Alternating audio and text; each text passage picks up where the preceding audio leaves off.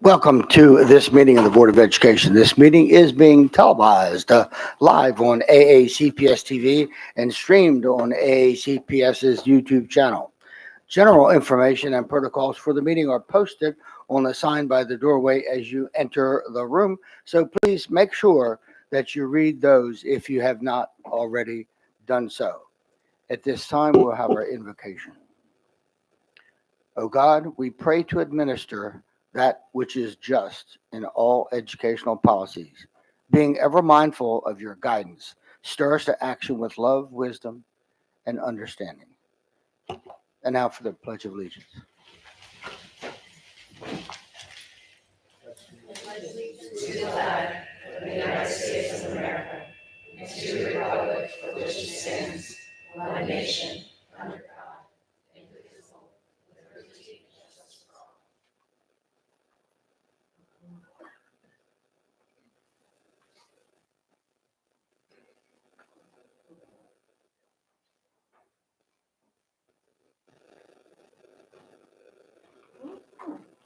Okay, and now we're at item 2.03, the approval of our minutes. Do I hear a motion? Motion to approve. Do I hear a second? Second. Consensus? Okay, consensus. Item 2.04, establish our agenda order.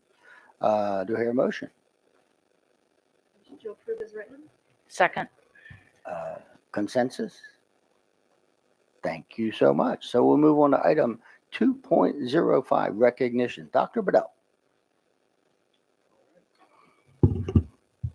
We'll have Bill Heiser, who will come up to conduct this recognition, our Chief Operating Officer. Good morning, President Silkworth, Vice President Frank, and members of the board, and Dr. Medell. I'm Bill Heiser, Chief Operating Officer of the school system, and I have the pleasure of introducing this morning's recognition. It is not a stretch in the least to say that our Division of Food and Nutrition Services sets the bar for the state in many ways. Led by Supervisor Jody Rizzi, this team is dynamic, dedicated, passionate, and caring. Today, we honor this team for being the only one in the state to earn the United States Department of Agriculture's Turn Up the Beat Award this year.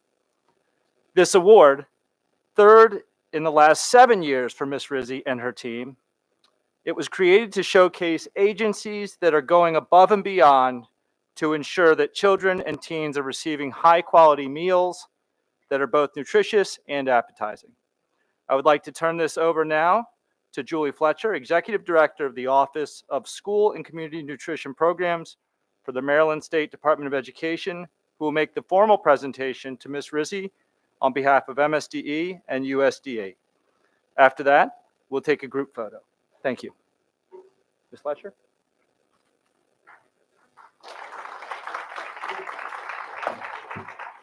Good morning. Thank you, Dr. Heiser, for the introduction. It was wonderful. And thank you, President Silkworth and the board, and also Superintendent Dr. Bedell for the invitation to speak with you today. I am so excited to present this award to Jody Rizzi and her team for earning that Turn Up the Beat award. Yes, we do like to turn up the beat during the summer because it's a very important time to reach students to continue their healthy meals so that they continue their growth and come back ready to learn in the fall. And as Mr. Heiser said, the Anne Arundel is the only district in the state to receive the award this year. So that's very outstanding. It is given to summer food service program operators who go above and beyond in planning, procuring, preparing, and serving those meals to children during the summer. There's so much that goes on in the background to put those meals together and put them out and serve them in areas where the children can have the meals. I am a former school nutrition director to myself. I spent 30 years in Texas doing what Jody does with her team in a variety of districts, and I know what it takes to work with the entire school nutrition team, as well as the entire district and community partners to make sure that the summer meal service program is a success. Summer meals do ensure that children continue to have access to tasty, nutritious meals that enable them to return to the classroom ready to learn in the fall. Anne Arundel County Public Schools, you are rightfully proud to celebrate this success. Over 93,000 meals were served last summer.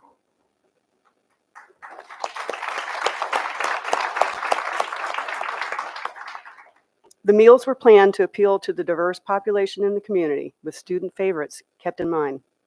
A variety of fresh fruits and vegetables were offered. I think even butternut squash, did I hear? I don't know. They were offered each week. And in July, I love this, whole vegetables were sent home with the children with recipes so they could fix them at home with their parents and family. That was a wonderful, wonderful outreach. Jody's team worked with many community partners, including the County Parks and Rec at their school-age child care camps. And they worked with the public library and the Anne Arundel County media specialists who provided books for the students, which is also awesome. So they helped, the partners helped promote nutrition education and physical activity all summer. Because I have children, they're all grown, but I do remember the summer growth spurts. So this is a very important time. So I'd like to present Jody and her team with the silver level of the Turn Up the Beat Award, and then I also have a little plaque from the State Department of Education Office of School and Community Nutrition Program recognizing this achievement. Jody?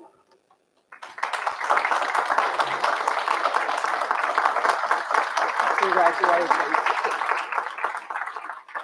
Good job. Good job. And then here's some pictures. Yeah, just a little something. Turn up the beat. Yeah. Thank you. All right, thank you very much. Appreciate it. Thank you. Great. Just right here, behind the guys in the middle. Flash up together. Okay, guys, we can show you.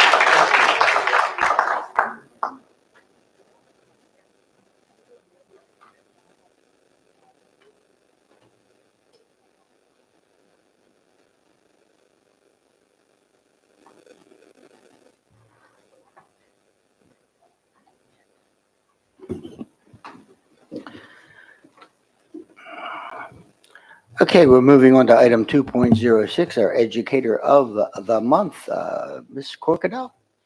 Thank you, President Silkworth. If you have an opportunity to read Southern Middle School's climate feedback from students, you will consistently see this educator's name. She creates a classroom community where students feel connected and seen. She serves in multiple leadership capacities throughout the county.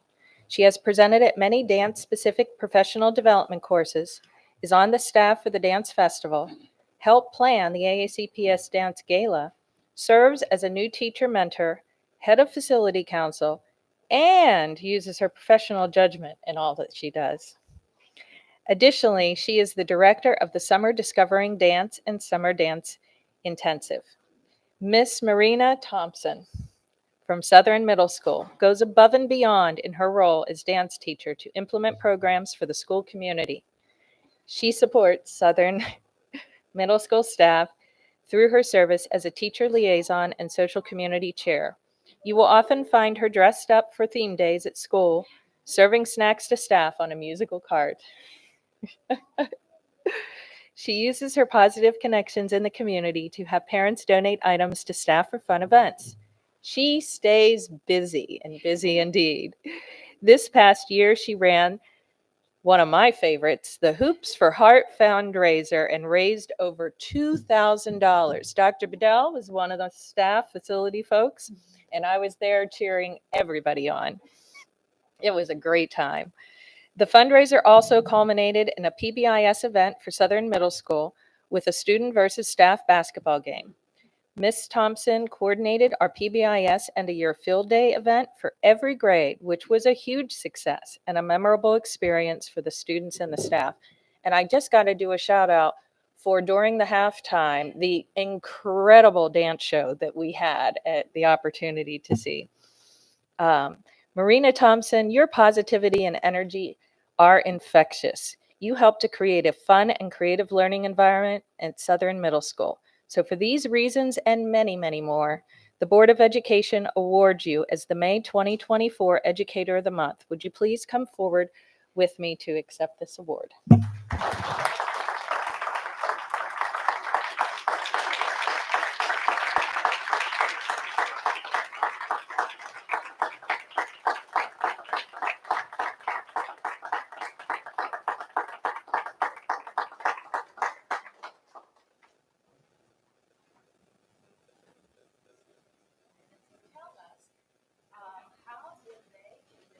Come to visit the Board of Education on a rainy Wednesday. Well, they told me that Dr. Bedell was giving testimony on the Hoops for Heart event. And I think I asked my principal maybe 4 times, wait, so am I speaking? Do I need a presentation? Am I supposed to be doing something?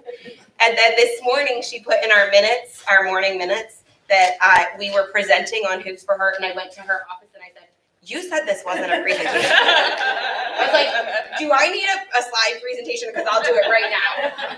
I can't show up, Well, ironically, the very next board meeting after Hoops for Heart, we did do it. Both Dr. Bedell and I reported on what a success it was. Well, thank you.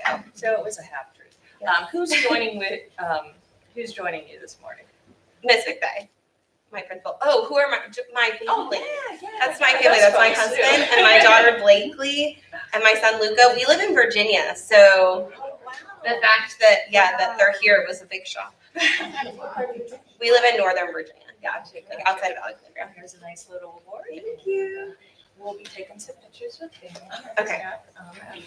After we do a couple more of these. Okay, thank you so much.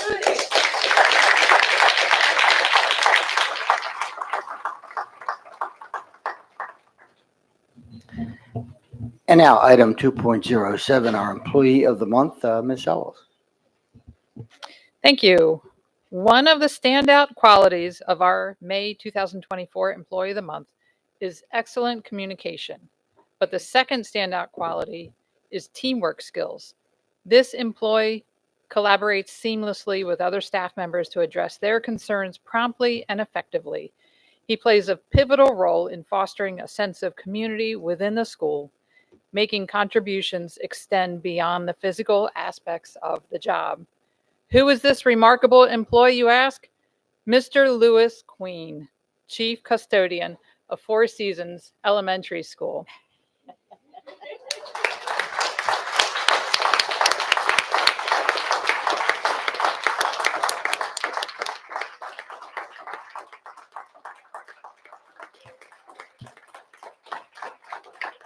Oh my goodness.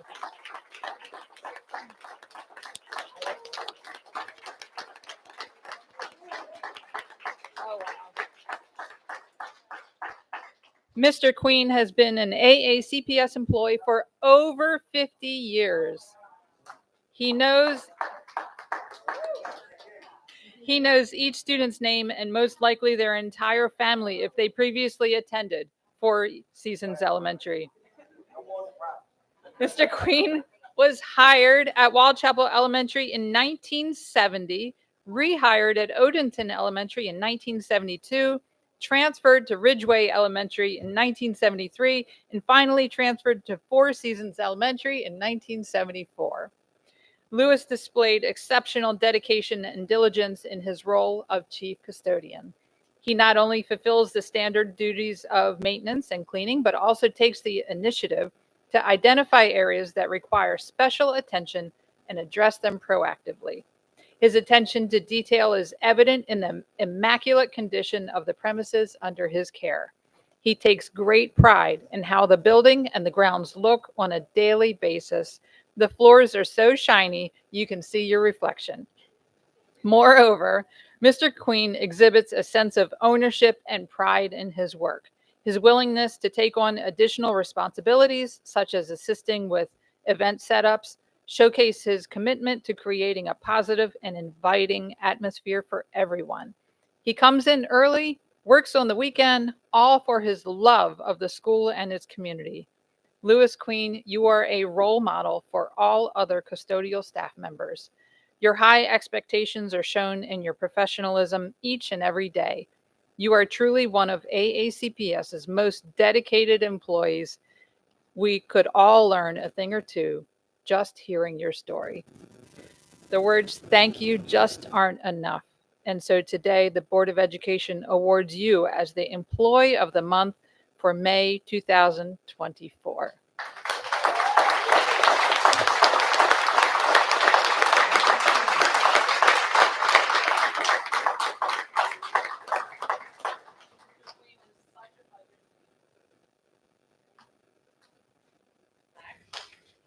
Receive the certificate. Yeah, I've been getting quite a few of those lately. I'm doing something right. So, why did you think you were here today? Orientation for custodian. Oh. I don't see any. And who do you see today? Who do you have with you? All my family. Oh, Son, daughter. My son's at Crawford now. oh, fantastic. All right. Did you get a picture? All right. Stick around for a few more minutes and we'll do some pictures out there with your family. Okay? Congratulations and thank you.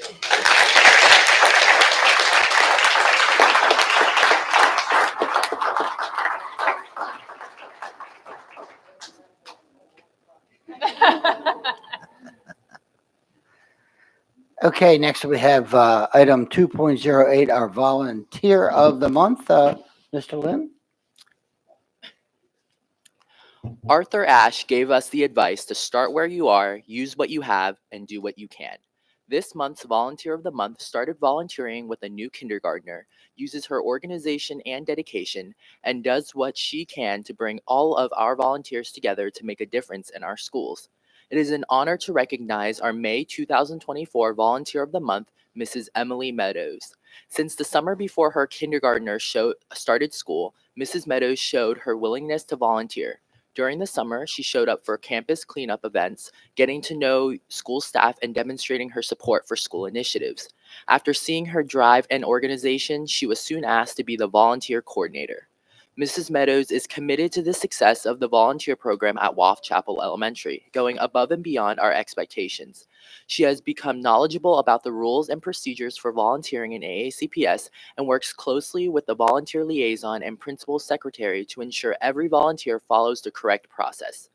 She created a dedicated volunteer email account to send out volunteer requests and information about upcoming events, ensuring all volunteer needs are met, including for Picture Day, Boosterthon, Mystery Guest Reader, arranging treats for teachers, and even recess coverage to provide our teachers with much needed planning time. All of this coordination requires more than meets the eye. Along with sending out sign-up lists, Mrs. Meadows works with administration, teachers, and staff to gather information about what is needed for each volunteer opportunity and keeps them in the loop so that office staff can prepare for their arrival. In addition, she sends reminders and finds replacement volunteers if needed. Beyond her organization, Mrs. Meadows has an excellent relationship with students, teachers, and staff, and is a huge asset to our school. Our volunteer program would not be possible without the dedication of Mrs. Meadows, and she does everything she can to make it a success. Mrs. Meadows, Waugh Chapel Elementary School, and the entire Anne Arundel County Public Schools community is blessed to have such a generous volunteer, and we thank you for your service. Would you please come forward? It is with great appreciation that I would like to present this Volunteer of the Month bell and certificate to you as a symbol of our appreciation.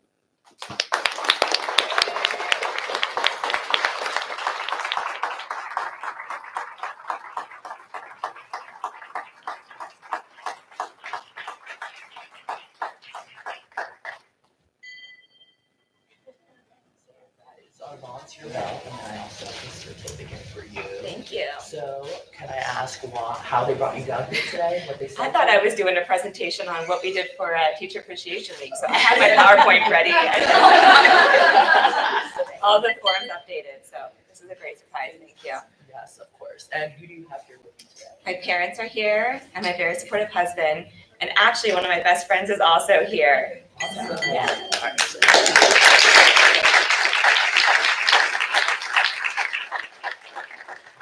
Thank you.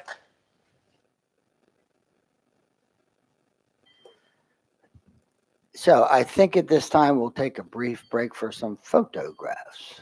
Okay, we'll be back in a little bit.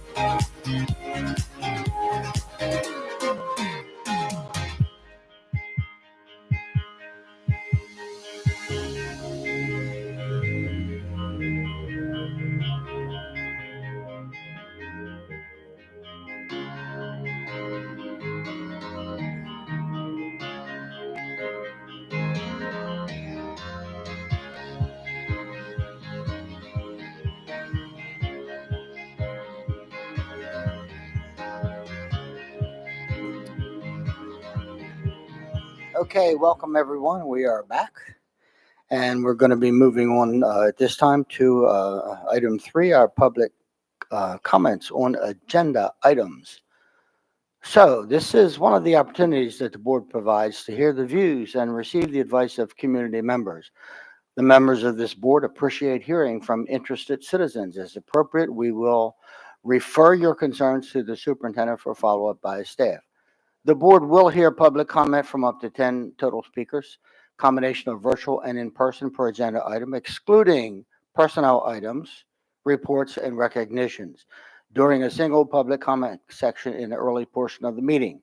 The board will hear public comment for up to 10 total speakers on items not on the agenda, excluding any student-specific or personnel items near the end of the meeting. Registrants who secure a slot to speak were notified by email at the email address they provided when they registered. All speakers will be allotted 2 minutes and must address the specifics of the agenda item for which they sign up. No speaker substitutions will be permitted. If your name is called and you are not present, we will move on to the next speaker. For anyone who was not selected to speak at today's meeting, you may email your comments to the board office at boardoffice@aacps.org. So while we encourage public input on policies, programs, and practices within the purview of this board and the school system, this is not the proper forum to address specific student or employee matters or to comment on matters that do not relate to public education in Anne Arundel County. We encourage everyone to utilize existing dispute resolution processes as appropriate.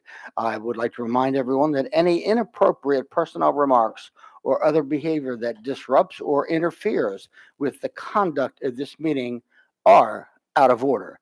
Persons using language that is threatening or promotes violence against members of this body or Anne Arundel County Public School employees are subject to legal penalties. Persons who otherwise disrupt or disturb this meeting will not be allowed to continue their remarks and will be asked to leave the meeting.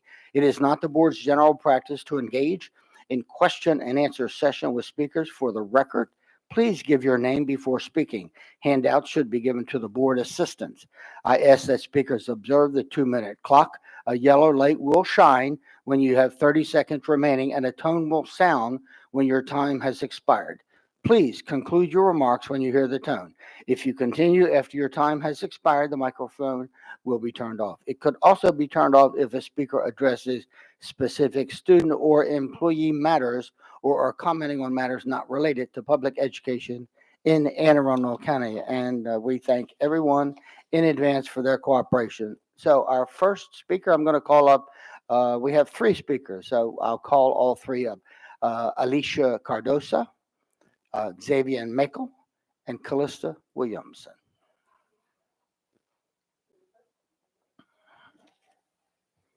Good morning. My name is Alicia Cardoso, and I am an Alt 1 teacher at Old Mill High School.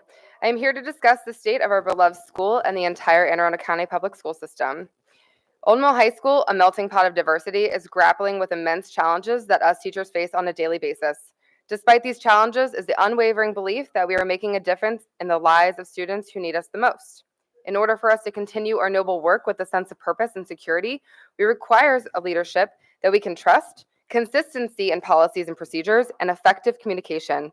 We also need integrity, honesty, respect, and belonging from those at the helm. These are not random abstract notions, but are explicitly stated in the AACPS strategic plan. The abrupt and arbitrary decision to reshuffle 18 principals across the county without any rationale or alignment with your strategic vision becomes a huge concern to us who are on the front lines. And although the newly appointed administrative staff may be strong, we stand to lose the trust and consistency that we have come to rely on within our current principal for the safe execution of our duties. Also, during the most recent strategic meeting, we were reminded of the importance of integrity, only to be confronted with the decision that shakes our faith in the board. Not only that, but in Dr. Bedell's post-entry plan, it was stated, and I quote, "Throughout our school district, we need to show our employees that they are valued by what we are able to unburden them from." It certainly feels incredibly burdensome to have our principal, Ms. Allison McKeska, moved, and so many of us feel devalued. Specifically, 124 Old Mill High School I'm staff. sorry, I said we cannot discuss specific personnel. I hear you. We cannot do that. Okay, we emailed the Board of Ed on Monday or Friday, May 10th, petition, and only one of you opened it. So where would you like me to discuss personnel items? Okay, Well, you thank you. have time to complete your testimony. Good Thank you. morning. My name's Callista Williamson. I'm a senior at Old Mill, graduating this year. And I would just to say, I have never been so upset and frustrated with a group of people that I have never met before in my life. Like, y'all have all the time in the world for pictures, but we have a time limit for this. Like, it's just so ridiculous to me. You must not know how hard it is to find an actual person who cares about students. A lot of people become teachers and administrators, and their spark gets taken right out of them. This generation is horrible, and y'all's the older generation. Y'all see it, and I just feel like having somebody who care about you when you go home, not just in school, is really hard to find. And you're trying to remove somebody who care about me when I go home, when my own family don't care about me when I go home. Are y'all serious right now? I just watched y'all give an award to a dance teacher. Old Mill is in the heart of Anne Arundel County. Like, we are all right here. That's like on the border of Anne Arundel County. She's a dance teacher. I have all these lovely people behind me. You don't know how overworked they are, what they do for people, what they do for kids, what they're willing. They go the extra mile, and none of y'all are sitting in our classrooms. You like, can we get another picture? Can we get more administrators? Can we get more substitute teachers? Because we don't have that in our classrooms at all. But yet, y'all, that's what y'all worried about. And y'all was so hyped for. I was in Pathways. Y'all was so hyped for students to come and talk to y'all. But we didn't even know this was happening. Y'all want to remove our principal, somebody who really care. Once again, my dear, we cannot Okay, talk yeah, so about specific I totally personnel respect items. y'all, but y'all don't respect us if y'all ready to remove her. Like, how? Like, I just don't understand this. Like, somebody, like, it's just mind blowing. Like, y'all have to understand this. Okay, yeah, and I also have a petition of 140 students because we couldn't even tell them that our principal's ready to leave. Somebody who care about us when y'all don't care about us. Once again, clearly. we cannot talk Yeah, and I about bet you specific cannot. personnel.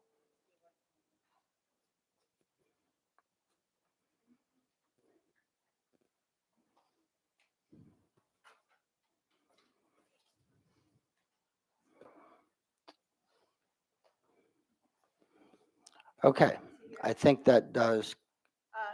The other person talking is just arrived. And we really need, if y'all really care about the students, we really have to come as well. Okay. Let's move on. Let's move on, please. She's going to get it. Xavier. All right, so we have no more speakers.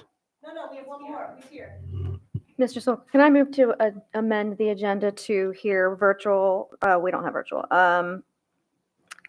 Nope, I can't do that either. All right, sorry. Can he be moved to the end? He is supposed to be speaking on the agenda item at this time. Is he available? Yes, he's walking in right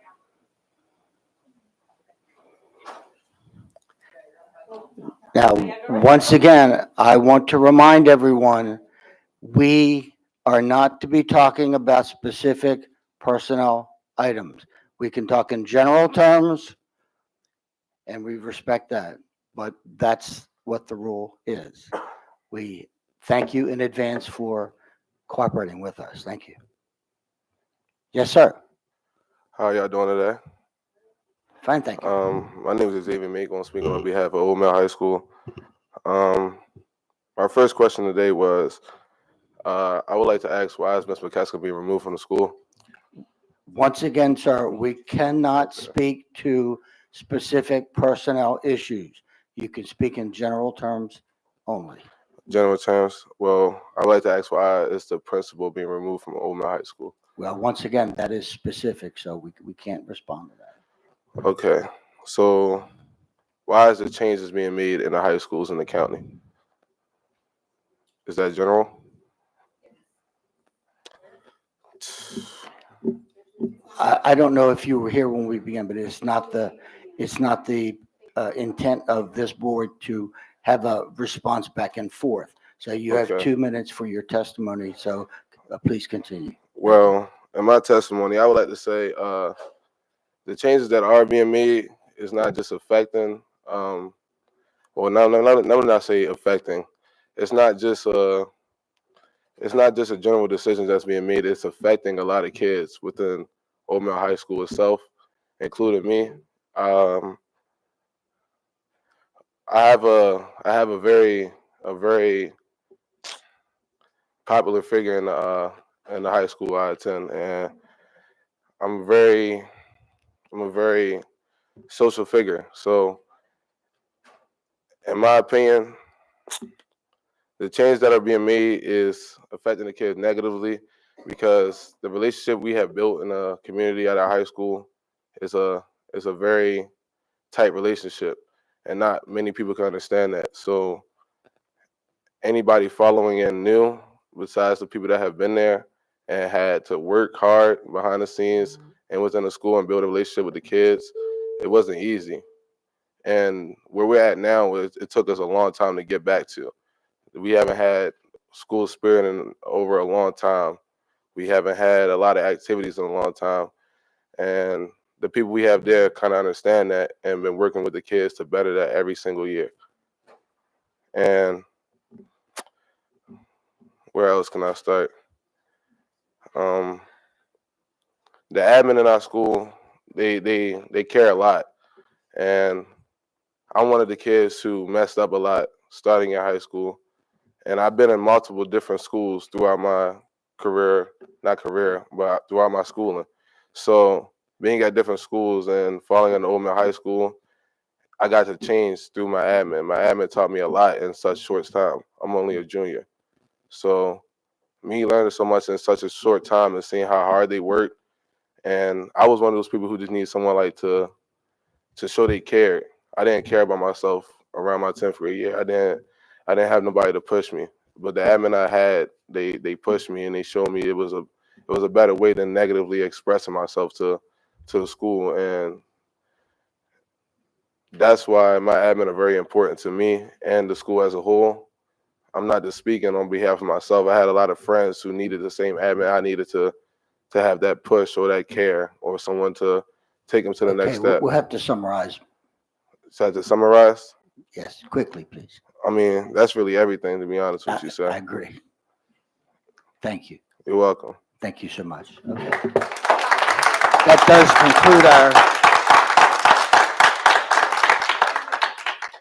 does conclude our testimony, and so we're going to be moving on to our report section, item 4.01, our CRASC report. I think we have a video. Good morning, President Soakworth, Vice President Frank, members of the board, and Dr. Bedell. My name is Michelle Bedell. I am a sophomore at Chesapeake High School, and I'm very grateful to serve as CRASC Secretary of Education. On April 18th, students from across the county voted for our next mom. Congratulations to Hafsa Hamdawi on being elected as our 51st AACPS student member of the board. She will be sworn in on July 1st and begin her term. Cross nominations closed on May 5th and interviews were conducted. We are excited to announce the candidates for the 2024 to 2025 officers positions. For president, Mara Babb of Crofton High School and myself from Chesapeake High School. For vice president, Alina Malik from Crofton High School, Miguel Castaneda from Severna Park High School, and Amanda Mortaya from Chesapeake Science Point. For Secretary of Education, Sarah Hamdawi from Crofton High School and Jason Semenoff from Chesapeake Bay Middle School. For Secretary of Legislation, Reed Christensen from Severna Park Middle School, Julian Holloman from Broadneck High School, and Drew Naran for Severna Park High School. Secretary of Communication, Suha Kim from Anne Arundel High School is running for re-election. For Secretary of Service, Hayden Griffith from Severna Park Middle School, Marub Malik from Crofton High School, and Mariam Mustafa from Annapolis High School. Last but not least, from Middle School Coordinator, Lillian Shumick from Severna Park Middle School. The class elections will be held at Glen Burnie High School on Thursday, May 30th. If you are interested in voting, make sure to speak to your SGA advisor to join your school's delegation. Best of luck to all our candidates. Speaking of elections, the LTJ planning team recently hosted a virtual voter forum on April 29th, educating students about elections and the voting process. We extend our gratitude to the panelists, Vera Harath, Ralph Thomas, and Nicole Hill. Check out the event posted on www.aacps.org/letstalkjustice. MASC is hosting their last meeting of the year this Saturday, May 18th at Churchill High School located in Montgomery County. During the meeting, updates will be given, new executive members will be sworn in, and potential bids for school hosts will be presented, and others. In addition, MASC is reopening applications for a few positions, and it will be open from Monday, the 13th to the 27th. Teen Talk recently dropped a new episode in honor of Asian American and Pacific Islander Month. Be sure to tune in to hear the engaging conversation between host Zoe Prandy and 3 AACPS students as they share insights into their backgrounds, cultures, and personal stories. This past week, teachers and students from across AACPS celebrated Teachers Appreciation Week. CRAS extends a huge shout out to all of our remarkable teachers for their commitment and dedication towards bettering AACPS and empowering students every single day. Thank you to our teachers, and thank you all, and see you in June for the last CRAS update of the school year.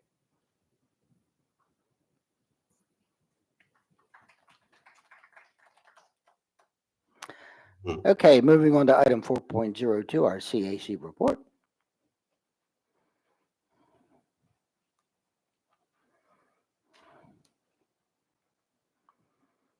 How do you not smile after that, right? President Silkworth, Vice President Frank, members of the board, Superintendent Bedell, John Conwell on behalf of the Citizen Advisory Committee. We met last Monday for our last meeting of the 2023-2024 year. We discussed our final status of the grading policy review, as well as how we would transition the work we've done this year for the committee we'll have next year on the use of personal electronic devices, something that I suspect will be recurring for a very long time, as long as we have electronic devices in schools. We also took elections for new executive committee members for the 2024-2025 year. I will return as chair Vice Chair Michelle Cole will be filling that role. Secretary will be Alicia Kudahi. Our Policy Committee representative will be Melanie Teachert, and our Equity Committee representative will be Clement Pataki. I should also note that we have some vacancies. Although we have 15 or so returning members, we do have some vacancies to fill. The openings or the applications to fill those vacancies will open this Friday and will run for 2 weeks. So from May 17th through May 31st. They will close May 31st at 4 p.m. We will hold one meeting on June 10th at the conclusion of this year. That will be a transition. Oh, hello. Hello? Hello? Hello?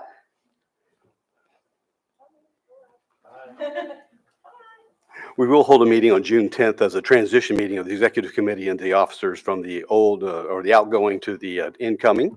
And then we will, at that time, affirm our schedule for the 2024-2025 year. We expect it to follow the same pattern, second Monday of each month, most months, with a couple of in-person meetings and the like. And of course, look forward to those of you who join us throughout the year and continuing our role to support you all in the mission of guiding, enacting good policies to guide the school system forward in our mission. Thank you very much. Thank you. Okay, we're moving on to item 4.03, our Budget Committee report. Ms. Frank. Yes, thank you, Mr. Silkworth. I don't have a formal report this month. We did have an extremely short budget committee meeting, which doesn't normally happen. Because of the county executive releasing his budget on May 1st, it has shuffled around a little bit of our schedule. And unfortunately, one of the major budget items that we were looking forward to was a presentation from Mr. Stansky, but he was still working with the county council at that time. So what we will do is we will have, I believe he will be presenting some items today. And if board members have questions, they will be able to ask him today. If there are a significant amount of questions, the committee will organize a process to get those questions to staff. Additionally, we will be having a tentative meeting posted on our calendar of items for June 10th, just in case there are any additional items that we need to discuss. Thank you. Thank you, Ms. Frank. Item 4.04, President's Report. So I do have a few items. On May the 6th, I had the opportunity to attend a community conversation at North County High School with Dr. Bedell and so many members of our staff, and it went very well. And we thank Dr. Bedell and his staff for that. On May the 7th, Dr. Bedell, Dr. Tobin, Ms. Shalheim, and I attended the unveiling of the state championship banner at Lindale Middle, the robotics. Congratulations to Mr. Hall, Principal Nash, and all the members of the robotics team for their wonderful achievements in robotics this year. On May the 10th, I attended the Security Workshop, MCSS, the statewide school-based incident training. It was very interesting, very beneficial, and I thank all of our AACPS staff who attended and participated. On May 13th, Dr. Bedell and I, Mr. Stancy, and Mr. Roof appeared before the County Council to present the FY25 budget and answer a question. It was a great opportunity to communicate and collaborate. And on May 10th, many of us joined Dr. Bedell and so many of our great teachers and staff for the Excellence in Academics Awards, as we congratulated and we named our Teacher of the Year, Elizabeth Heiss. So that concludes my report. Moving on to item 4.05, the Superintendent's Report. Dr. Bedell. Thank you, Mr. President. We're off to a great start as it pertains to spring championships for our athletic teams. 4 schools, Glen Burnie, Broadneck, Crofton, and Severna Park, won unified bocce state titles last week. Congratulations to them, and we look forward to more state championships in the week to come.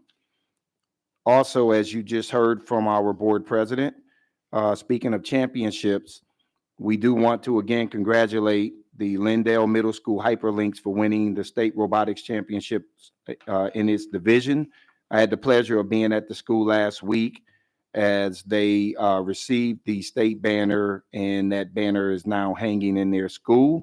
On a side note, I did share with the folks in the audience that robotics is something that's near and dear to my heart as a former high school principal who actually supported robotics. And, you know, I think that this is something that really helps to build a sense of community. And it also provides some productive activities for our middle schoolers. So we look forward to seeing this potentially expand. On this upcoming Friday, this is a great chance for our community to spend some time in our schools. Our day of service is designed to provide the public with the chance to learn about opportunities that exist to become involved with our students. Whether you have an hour or a little longer, we want you to be involved. Please contact any of our schools to learn what is available at them. This also aligns with the initiative with the budget request last year of hiring a senior manager that would be over mentoring. Our mentoring program is growing, and we think it's a great opportunity for folks to take advantage of this day to look further into mentoring, in addition to the Be Present initiative, where people will come and help support our schools by simply being present. Lastly, I do want to update everyone on our vacancies. As you can see, the red is the data from the previous school year. The blue is our current data. Last year at this time, we were sitting at 41 bus driver vacancies and alternative vehicle drivers. We have 0. We have only 19 and a half of our custodians that are vacant. You can see almost nearly 100 less on food service workers.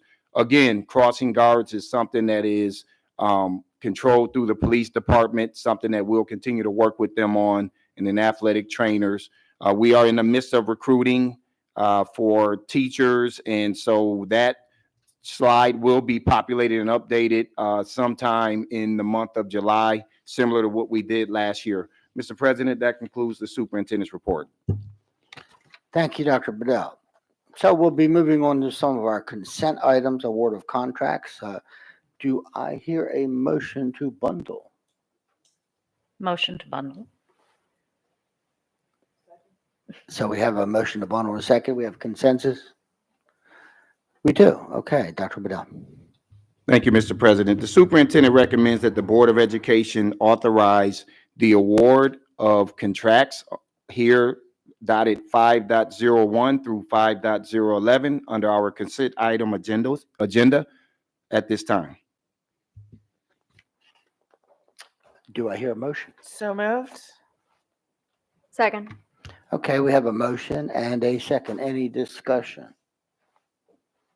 Seeing no lights, Ms. Howe. Ms. Corkadell?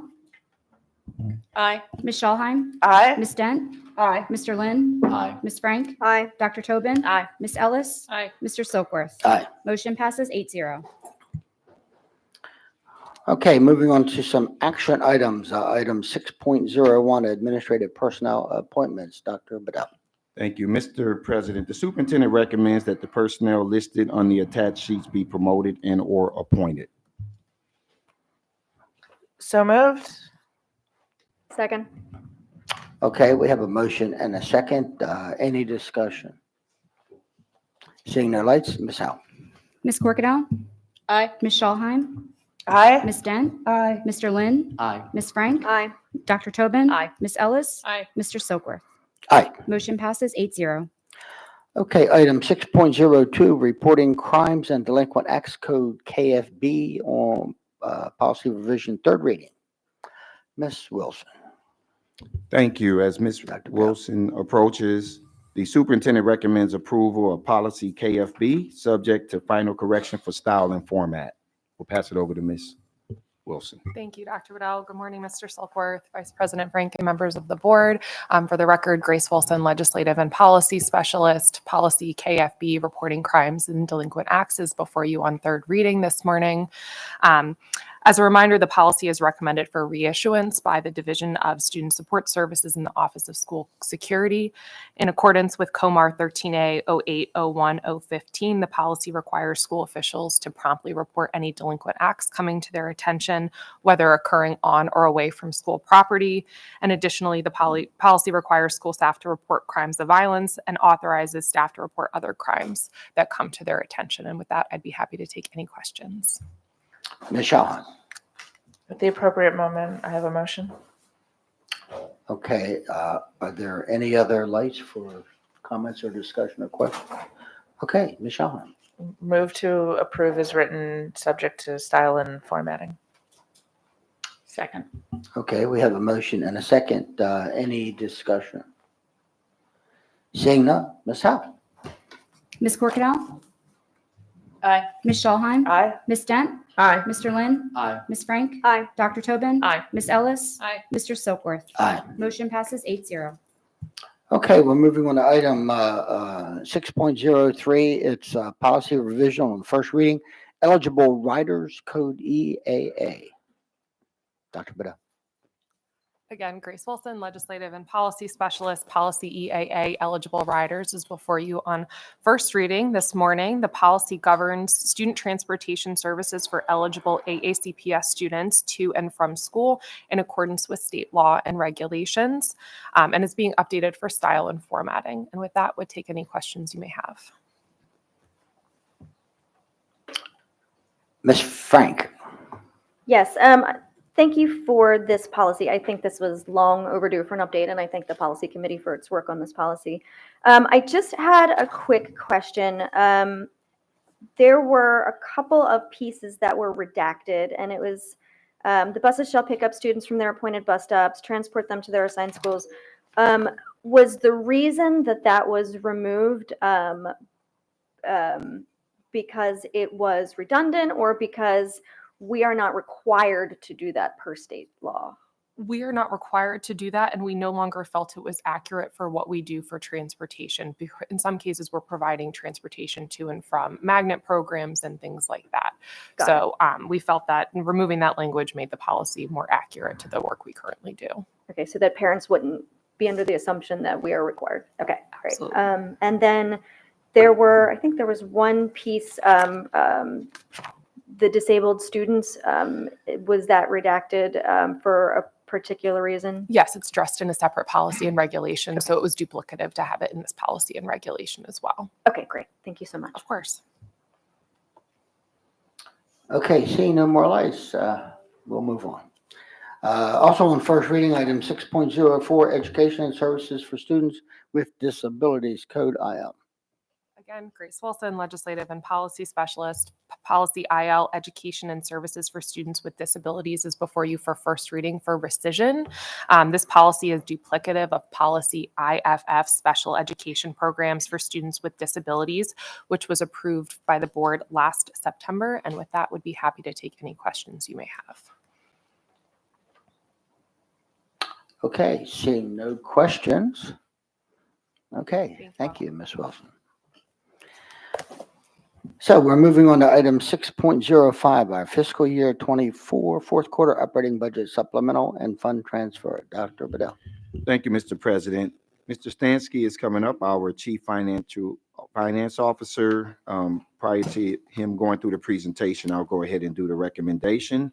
Superintendent recommends approval of the fourth quarter operating budget fund transfer for FY 2024 to be submitted to the County Council. Thank you, Dr. Bedell, President Silkworth, members of the board. For the record, Matt Stansky, Chief Financial Officer, bringing before you today our annual fourth quarter supplemental and transfer request. I'll briefly walk through some of the highlights, and you have the details in your board packet, and certainly happy to answer any questions before your vote today. But again, I think our responsible budget practices continue to benefit the district, and so I'll walk you through. Overall, we're seeking an additional $17.6 million in additional revenue. I'll walk you through the specifics. On the federal side, we're seeing an additional $826,000 in impact aid from the federal government, and then $2.9 million in authorization for additional grants, mostly through our special education grant and ESSER 3 to close those out. On the state revenue side, we are seeking $6 million in additional appropriation. $3.3 million in the general fund. Most of that is our non-public tuition costs are going up. There's a specific revenue line item for that, and so that is recognizing that additional revenue. And then $2.77 million in additional grants. Three main ones: the education support professional bonus. So this is year 2 of our Unit 3 and Unit 4 employees getting a $500 stipend from the state of Maryland. So happy to collect that money and distribute it to those hardworking folks. $800,000 in a pre-K expansion grant that we got, that we received this year, and then some grant funds for the state Safe Schools program to help replace some of our aging cameras. On the local side, we're looking for 7.8 million in additional appropriation or revenue. Almost all of that is around interest income, as I've mentioned to the board a few times now. The interest rate environment is elevated and remains elevated. So one of the few positives of elevated interest rate environment is we are receiving more cash for our funds that are in our financial institutions. And so looking to seek your approval for that revenue as well. Then question is, where's the money going? I'll just give you some big ticket items. Obviously, to no surprise, we're going to ask for a $15 million appropriation into the healthcare fund. With that appropriation, we are projecting it to end the year at a $29 million fund balance, which is within our target. Obviously, doesn't solve the long-term plans that we're working to solve there in the fund, but it buys us some time to work through those issues. We are investing some funding in Chromebook replacement, as well as the Chromebook inventory program that Mr. Prokosky had presented to this board earlier in the spring. So funds are allocated for that. We are allocating funds for athletics, both for equipment as well as lighting our softball and baseball fields. With the later start times for those games, those lights are necessary to get those games completed. We also have funding for musical instruments, instructional materials, security cameras, and funding to help with our maintenance backlog as well. So that is the extent of it, but certainly happy to answer any additional questions the board may have at this time. Ms. Shalheim. Hi, thank you so much for the overview about where the funds are going. So back to the musical items you were referencing. Can you be more specific? Like what was that line item? Yeah, so it's instrument replacement. Okay. Right. And For additional instruments. For middle and high school? Middle, high school, and elementary as well. Excellent. And what about like updating like musical catalogs, sheet music, that kind of thing? That was not included. So it's just yeah. instruments. Okay, Yep. great, thanks. Okay, seeing no more lights, do we have a motion? Move to approve as presented. Second.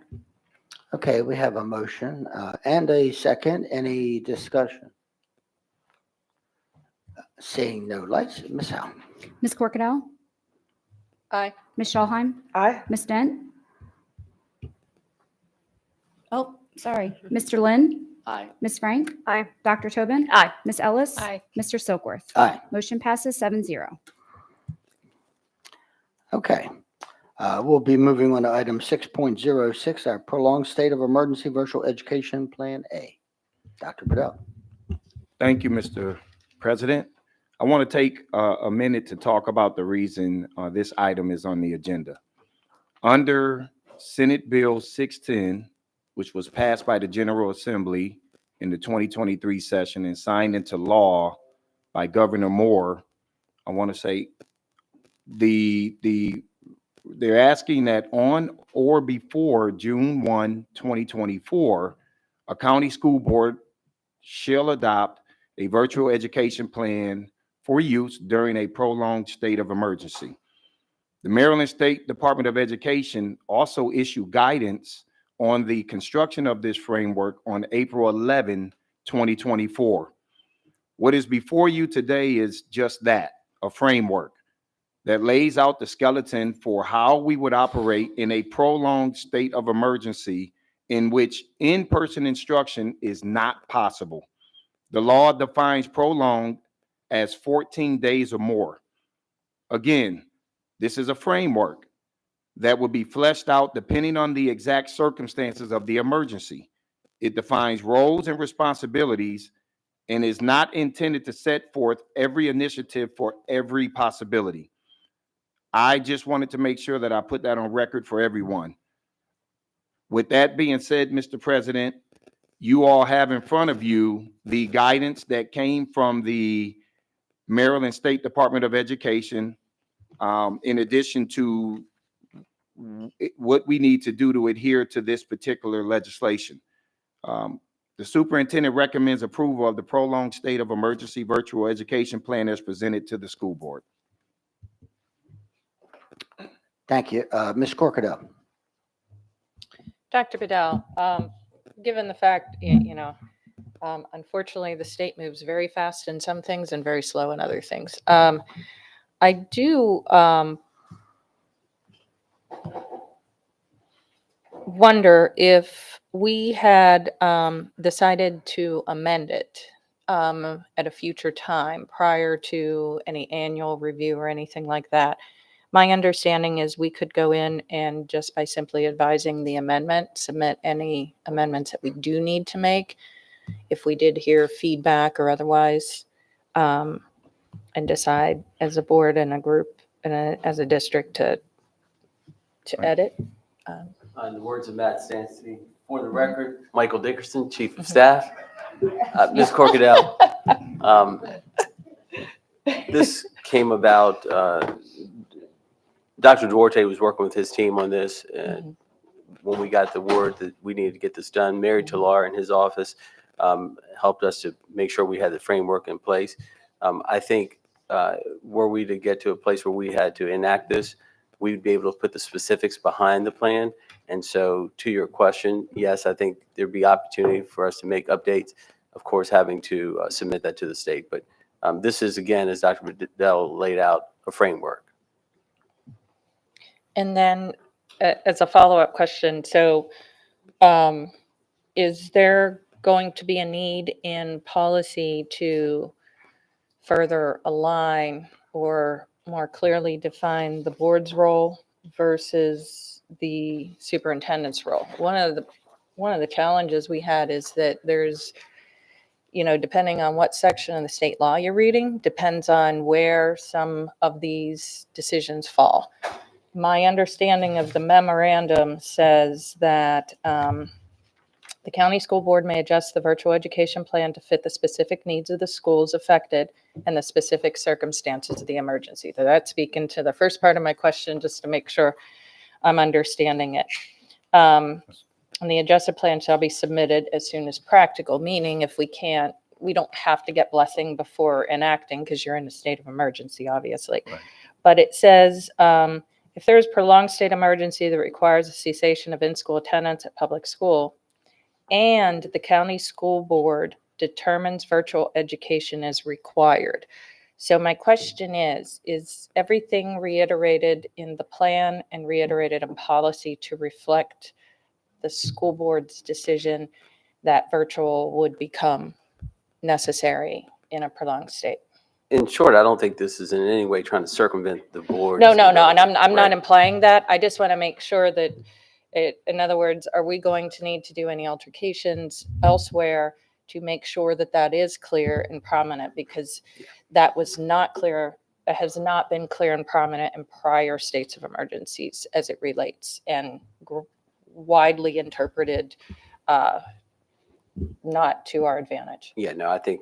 And I don't mean the board, I mean the districts. Yeah, your question is a valid one. We can work with Grace Wilson to look at both the policy. Yeah, I would just suggest that we do that because there is that odd space of like the communicable disease tables, and then there's other factors that could prevent hurricanes. We haven't had one in a long time. I know my area, every peninsula goes down for weeks on end, right?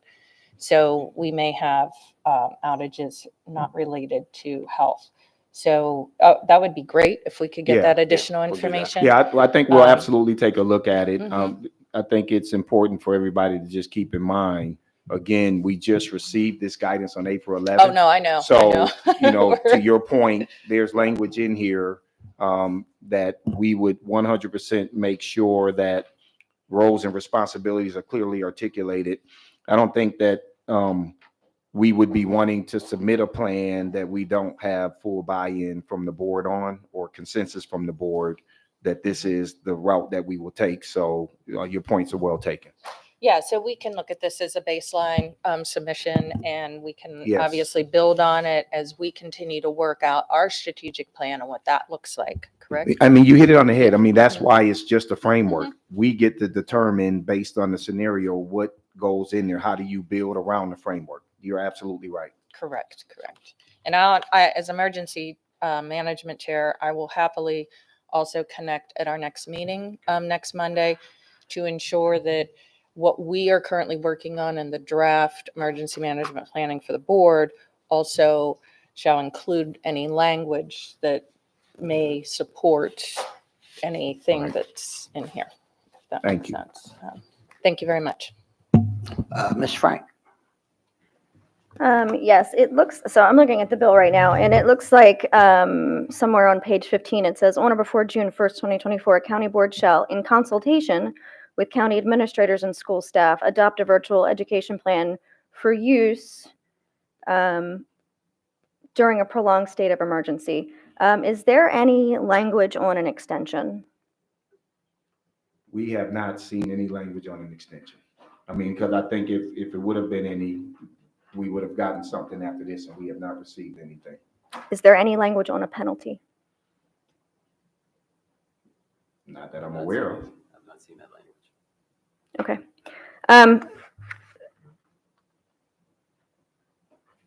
As I'm looking at this, we have, excuse me, a couple of areas, and I would refer to things like the electric buses. We know that certain times school boards are not able to do things within a certain amount of time, and so we file for an extension. So what is the process on something like when we file for the extension for the electric buses because we're not able to comply at that point? I'd have to look at one of my colleagues to answer that. I don't know that there's one set.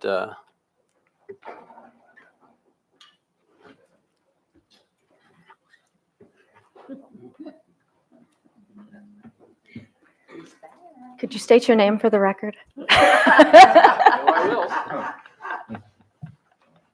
Record.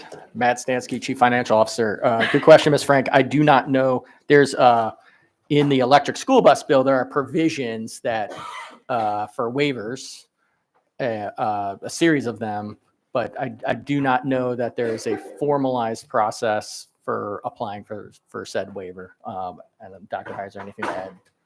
That's correct. There is no process at this time. It has not been laid out. We just this morning did receive a one-pager asking if we're able to comply, and it asks a series of questions. But at this time, I haven't had time to review that yet, but that just came in this morning. So the state just sent you that? I'd have to get back to you on who exactly sent it. It wasn't from the state. Okay. Okay. In general, I have some serious concerns with the speed at which this is being put together, both by the state and within this room. If the state is just still continuing to send things, or other bodies are continuing to send things within 2 weeks before this is supposed to be due, I am not in a position where I would be supportive of adopting something without having a lot more information, especially something like this. We had an extremely difficult time getting through COVID the last time and getting things reopened. As we looked at, as we moved forward, there were a lot of pieces that were not in place, and then there were pieces that contradicted each other, and then there were pieces that were confusing for people at home to follow. We as a board have not gotten an overview of what happened well, what we did right, what we did wrong, and how things progressed and what could be done to ensure a smoother transition in the future. So I am not willing at this point to vote on anything that puts anything in stone or on paper until we have that review. Thank you. Thanks, Mr. Rank. Your comments recognized. I would only say that we've explained to you that we will have for the board, probably in the fall, we want to work on it over the summer as during a cabinet retreat, a postpartum of COVID and what each division did, what we learned, best practices. But I don't think that in any way prevents us from presenting this framework to you. Again, this is a framework saying that we will come up with a plan should there be a state of emergency. Ms. Wilson, I think, had some comments she wanted to share as well. Yes, for the record, Grace Wilson, Legislative and Policy Specialist. I just want to note, as Mr. Stansky shared, there's not a waiver provision in the law as there is for electric buses. So any guidance would come from the State Department of Education. It's not in statute. Thank you. And yes, and it is recognized that you are working on something to present to the board. I would not be willing before that time to make votes on how we proceed in the future until we look at what we have done in the past. Duly noted. Thank you. I guess my comment would be, the key word is framework. And so I clearly understand that. I understand Ms. Frank's concerns, but I also understand that the key word is framework. And there'll be a lot more to do within that. Okay, so Ms. Ellis. Sorry to jump in there. I know you thought you didn't have any more lights. Yeah, so if we were to adopt this framework today, and then we go through the exercise of lessons learned, and we then identify tweaks that we would need to put into a plan that would serve our school community, we have the room to do that. Is that what you're saying? Absolutely. Yeah. Absolutely. Right. Okay, thank you. Okay, so do we have a motion? We need a motion.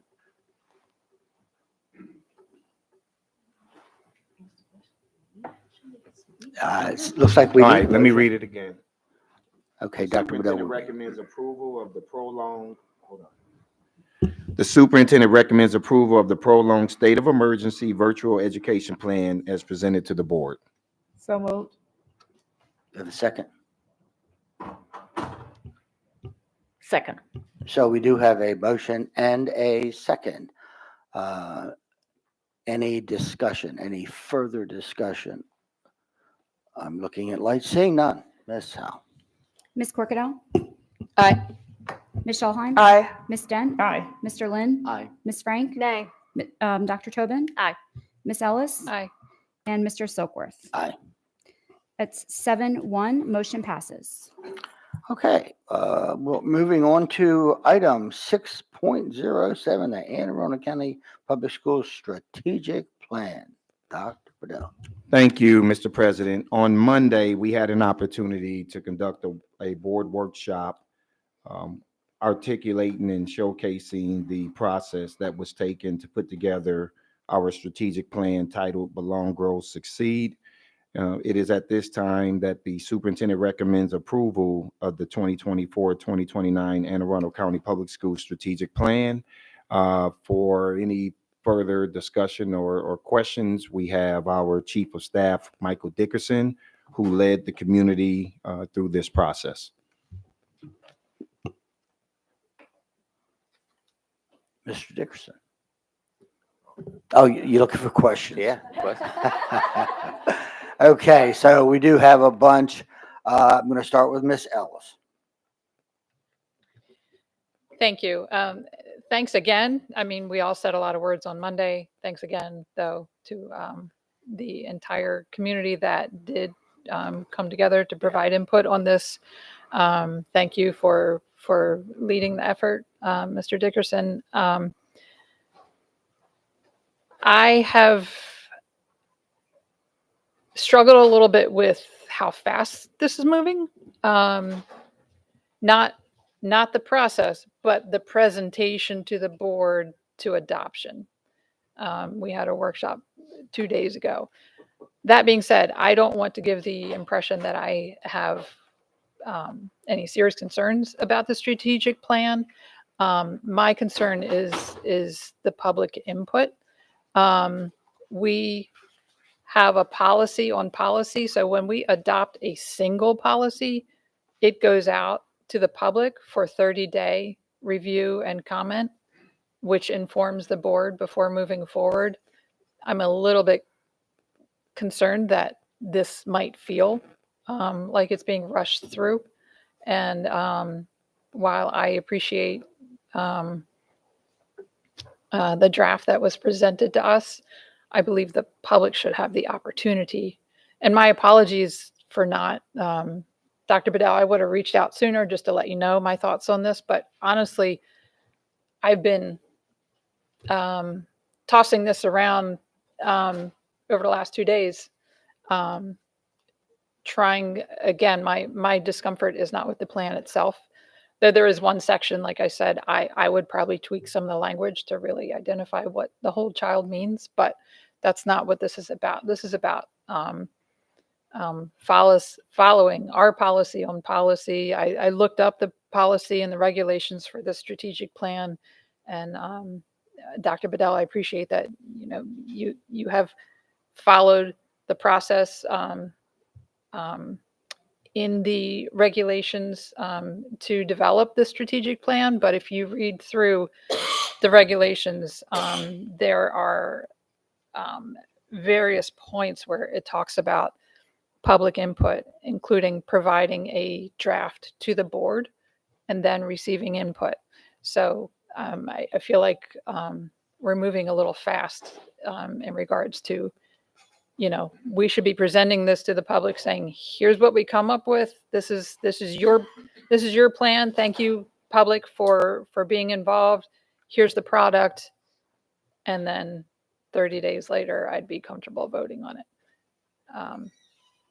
So I, at this moment, don't have a motion because I wanted to put it out there and you know, share my thoughts with you, Dr. Bedell and Mr. Dickerson, and with my colleagues. But I am prepared to make a motion to, you know, simply bring this back at the next meeting after we've had a little time for some input and developing our thoughts. I don't have any comments. Well, I'll just hear the remainder of the board, but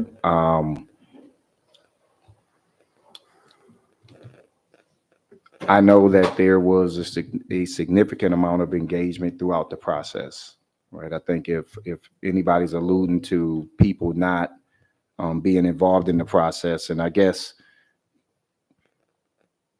yeah, I guess I'd have to really understand the policy a little bit differently. I've done a couple of strategic plans in my career, and this will be the first time I'm having to put a plan out for community review. I guess then to me, the purpose of having a community-driven plan gets nullified. I don't know. It's just I'm caught off guard with this, and I understand what you're saying. You wanted to share that with me earlier. I think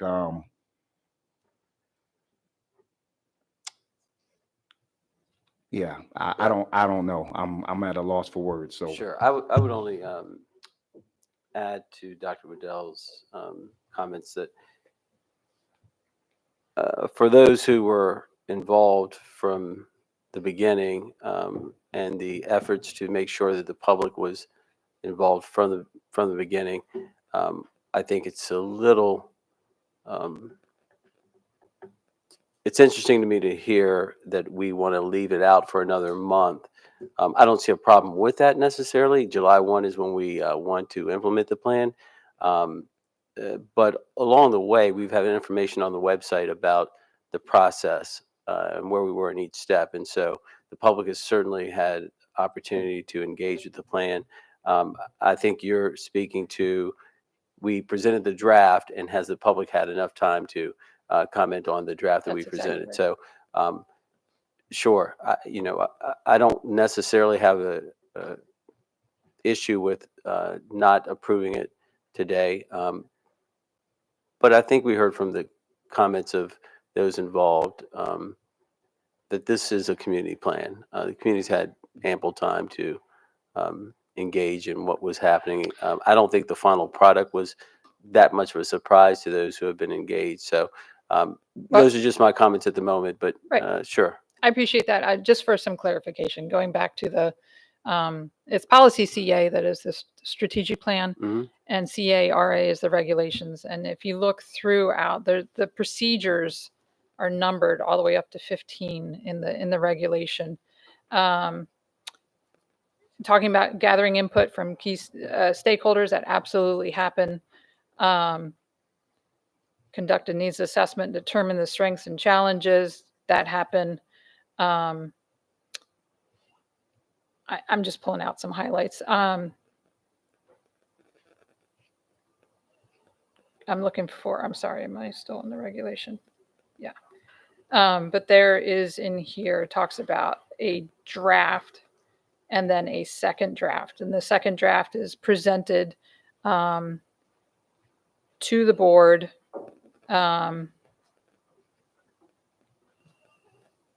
This is what happens when I'm reading and talking at the same time. But the regulation, make sure I'm on the right one. Yeah. Sorry. There we go. Thank you.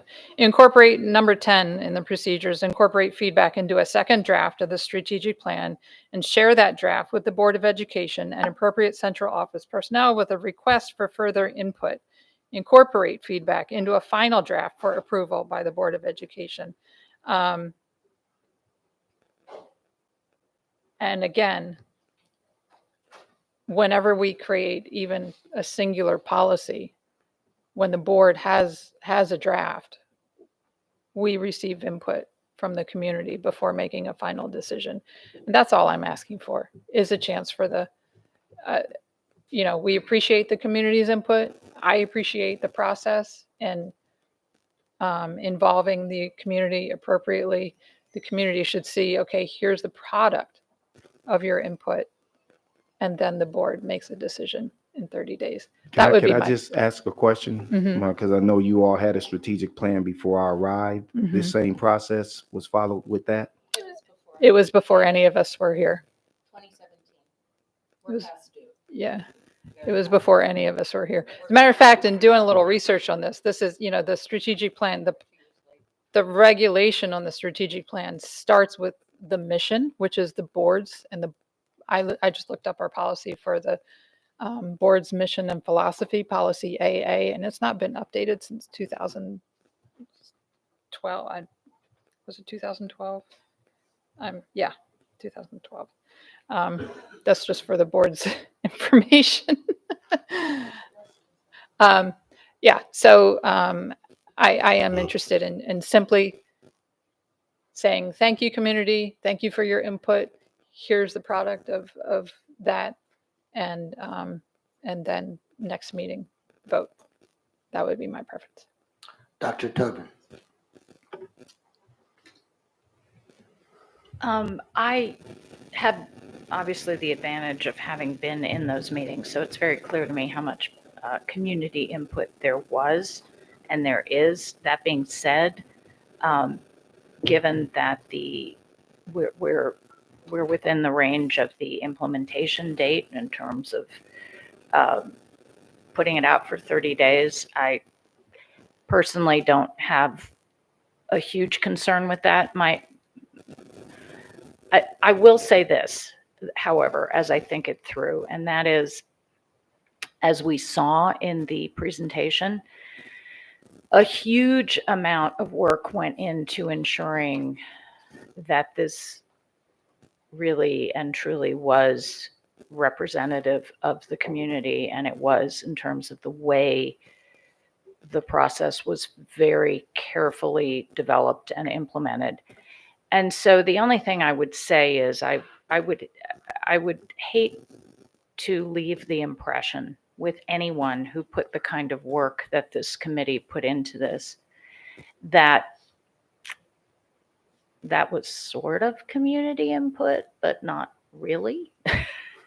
Because I think the work, we're talking about 70 people who came from as disparate parts of this community as you could imagine.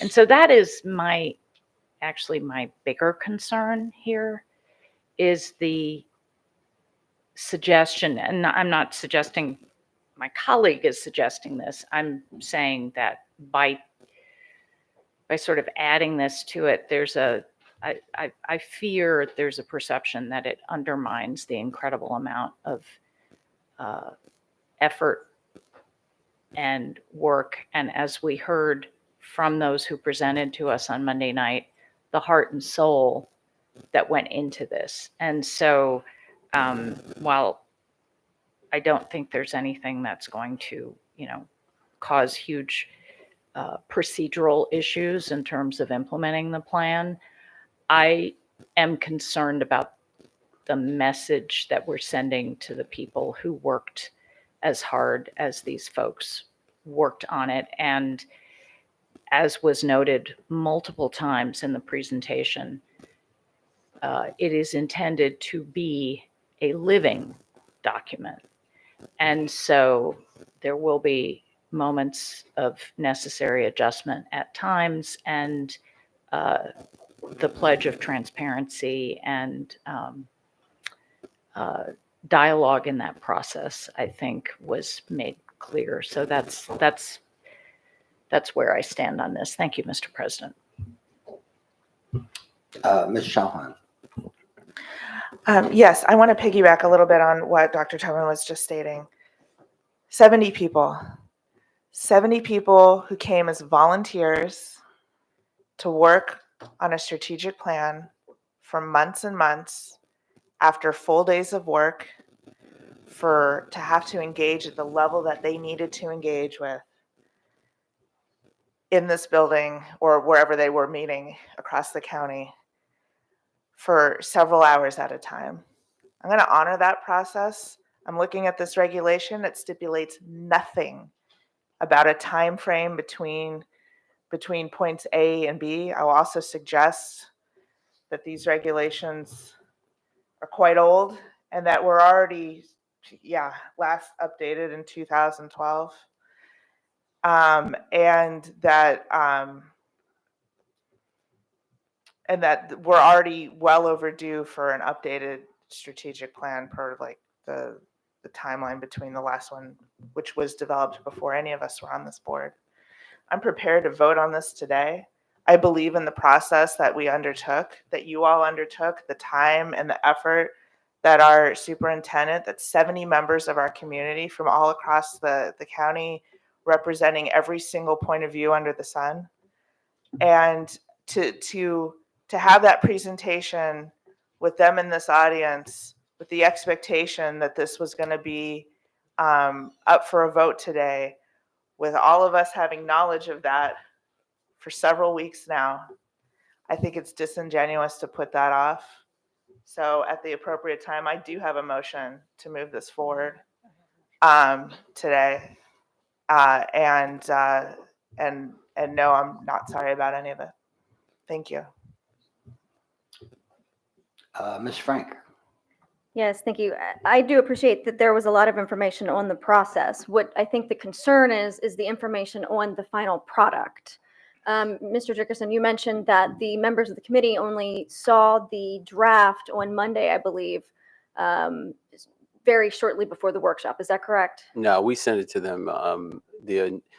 So the draft was sent out last week, but it changed significantly over the weekend as we fine-tuned the information. I would say this too. We're talking about the 70 members of the steering committee, but don't forget the thousands of people who participated in the stakeholder survey, the hundreds of folks who took part in our focus groups as the process neared an end. So I don't want to discount, again, the involvement of the community. The final draft was just a product of what input we received from them. Understood. Okay, so going back, and thank you, Ms. Ellis, for pointing out the regulations that we have. If you go back to point 9, it actually says publicize draft of the strategic plan and request feedback from key stakeholders. So I believe that the workshop was the publicization of the draft, and then our public comment closed shortly thereafter. So I don't believe that we have given time to request feedback from our key stakeholders on that specific draft. So I agree with Ms. Ellis's intent on trying to move this forward to another meeting so that we have the ability to have the rest of our community who didn't work on it, perhaps, to take a look at it and digest it and have input on that. Thank you. Ms. Corkadell. Thank you, President Silkworth. I have adjusted my comments a little bit based on the conversation on the dais. So bear with me here for a second. I did pull up the regulations to refamiliarize myself with them. When we were originally engaged in the program, I had reviewed it as part of my job. Number 9 actually is the key stakeholders, I believe, was the committee. In reference, the regulation is dated back to 2012. So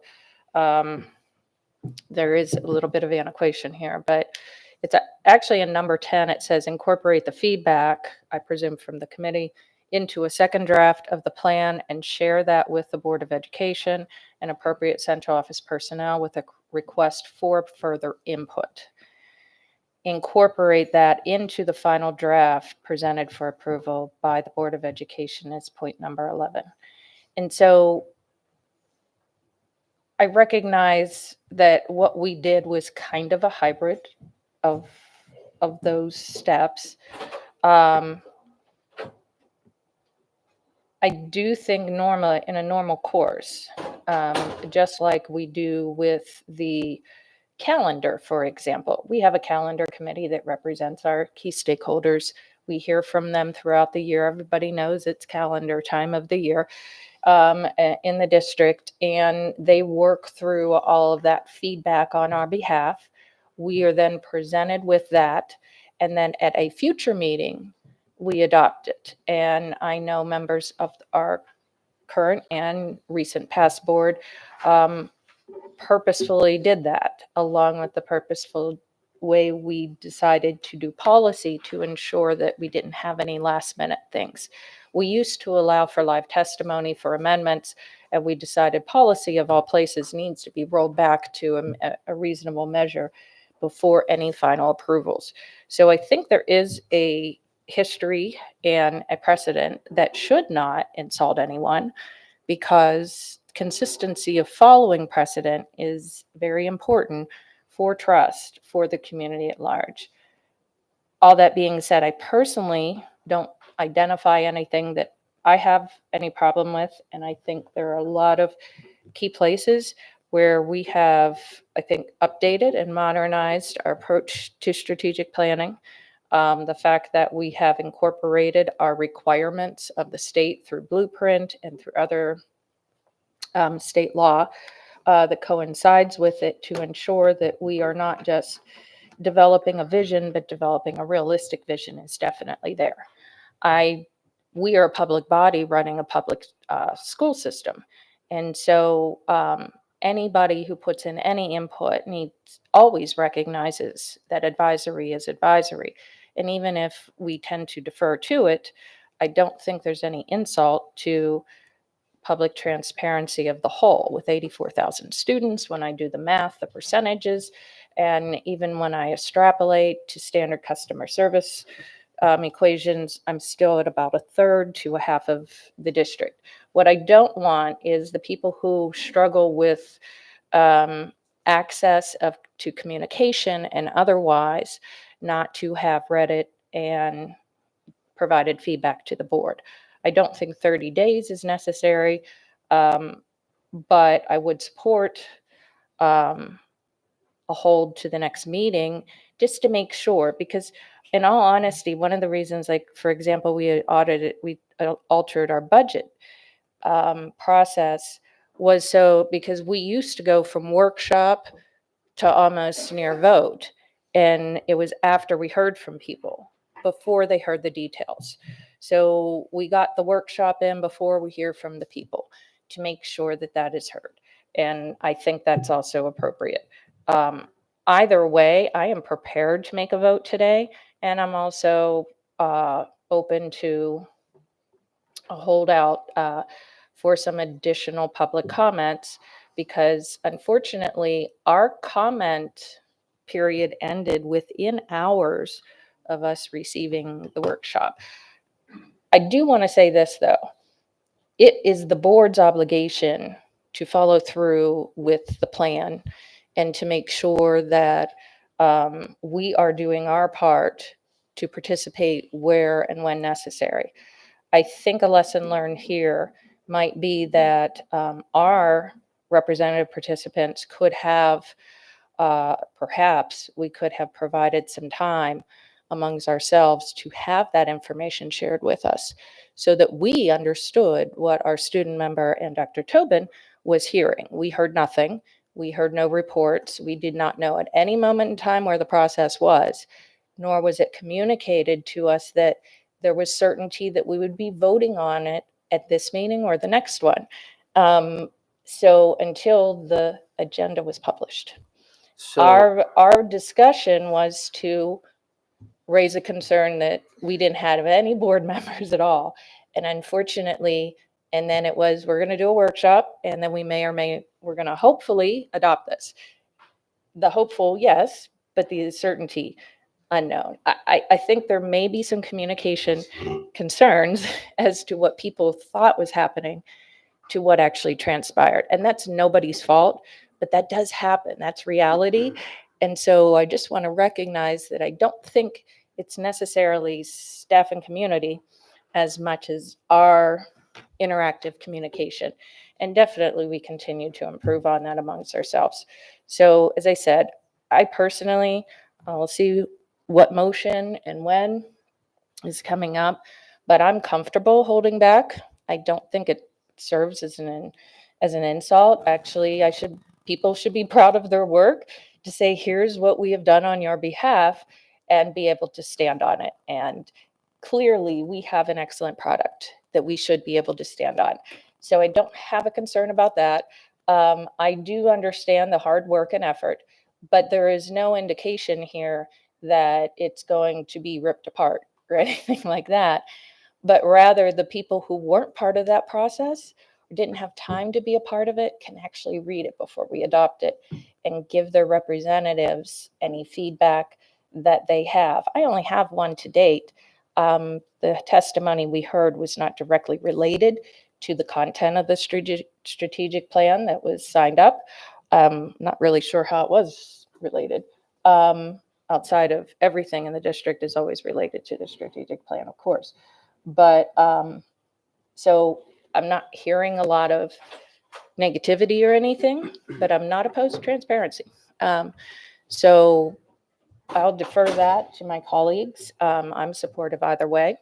And I do want to take one final moment to re-recognize, like I did last night, because not too many people probably listened to Monday night's workshop in the public, how much I appreciate it. I saw all the stakeholders very well represented. The input was very relevant, and even the things that didn't make the cut, I am sure we are able to work with and keep that feedback as we continue to develop strategies, projects, plans, and standards for our school district that stem from this. So in other words, if it was too much detail, obviously may not have made the cut.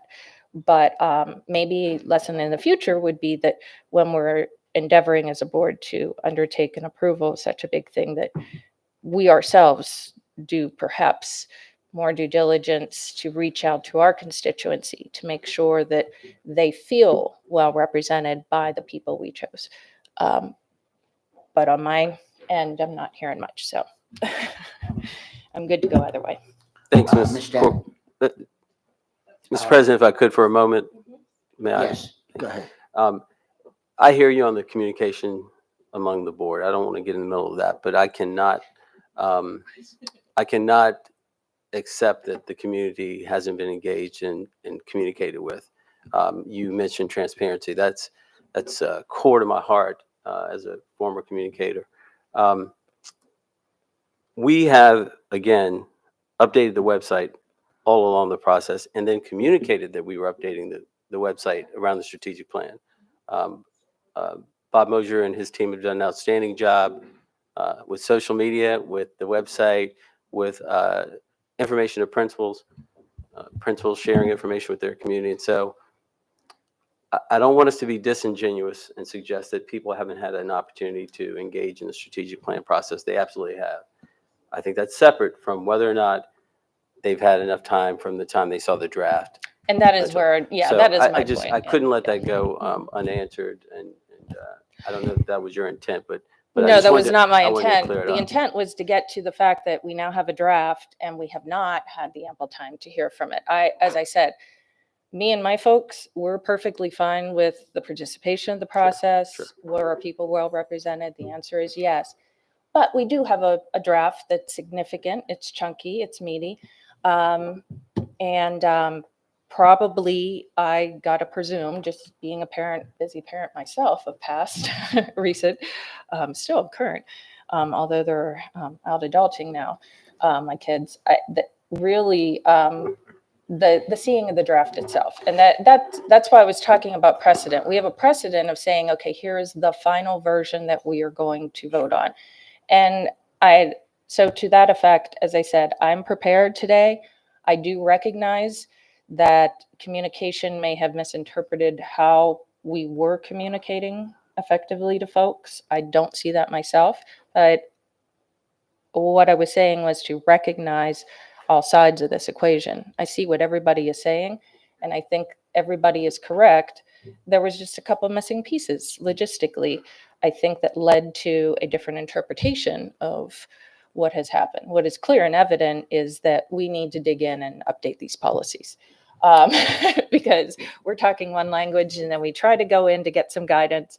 And this is a 5-year thing, right? So nobody on this board will be involved in the next one because of term limit. So I don't want to mess up everything. I will just say that in conclusion that I don't think the community is going to be disenfranchised regardless of what we do one way, but it will provide an opportunity for additional feedback on the draft if my colleagues are inclined to do so. I'm not prepared with any motion though. But thank you for clarifying it, because sometimes what I think I'm saying is not what you're hearing. And that's, I believe, one of the lessons learned by the committee that they had shared, that Dr. Daydoni had shared. Okay, Ms. Dent. Thank you, President Silkworth. So first of all, I want to say thank all of my colleagues for their support over these last 6 weeks while I was out. But the other side of that, as I shared with Dr. Bedell, is I got a chance to read a lot. And I think that what I was missing is probably what is being not being said. So I wasn't involved in a lot of the sessions because life was happening for everyone. And we really entrust our administration to do these things, be involved in the community, get the public input from the community, and then take a look at the strategic plan and implement the plan. But in my experience, having been familiar with developing a strategic plan, I just want to say thank you. I'm glad that I didn't have a part of it, which is PTSD for me. So that's probably negligent on my behalf. But on the days that I did attend the events, it was active engagement. And so I knew we were going to get to, at some point, from October. I don't know if that's the right date, but I think it started way back in October. I was trying to look at the timeline and couldn't find it.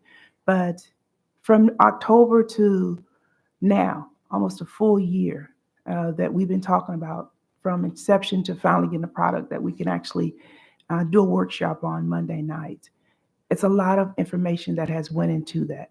And so I don't think that it is an insult to anyone, because the work that has been put in, the amount of hours, and nobody is saying thank you, Mr. Mosier. So I'm going to say it for you, because I know they capture all of that information and put it in one spot and put it on the board, on the website, and get the feedback that you've done. I think you and your team has done a wonderful job. And to you, Mr. Dickerson, stand here without that shield on your chest to take these missiles, because this board is serious about their business, right?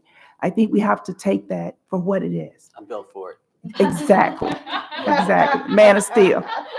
Man of steel. And I want you to know, okay, that it's not the work that you've done. This is not about being insulted.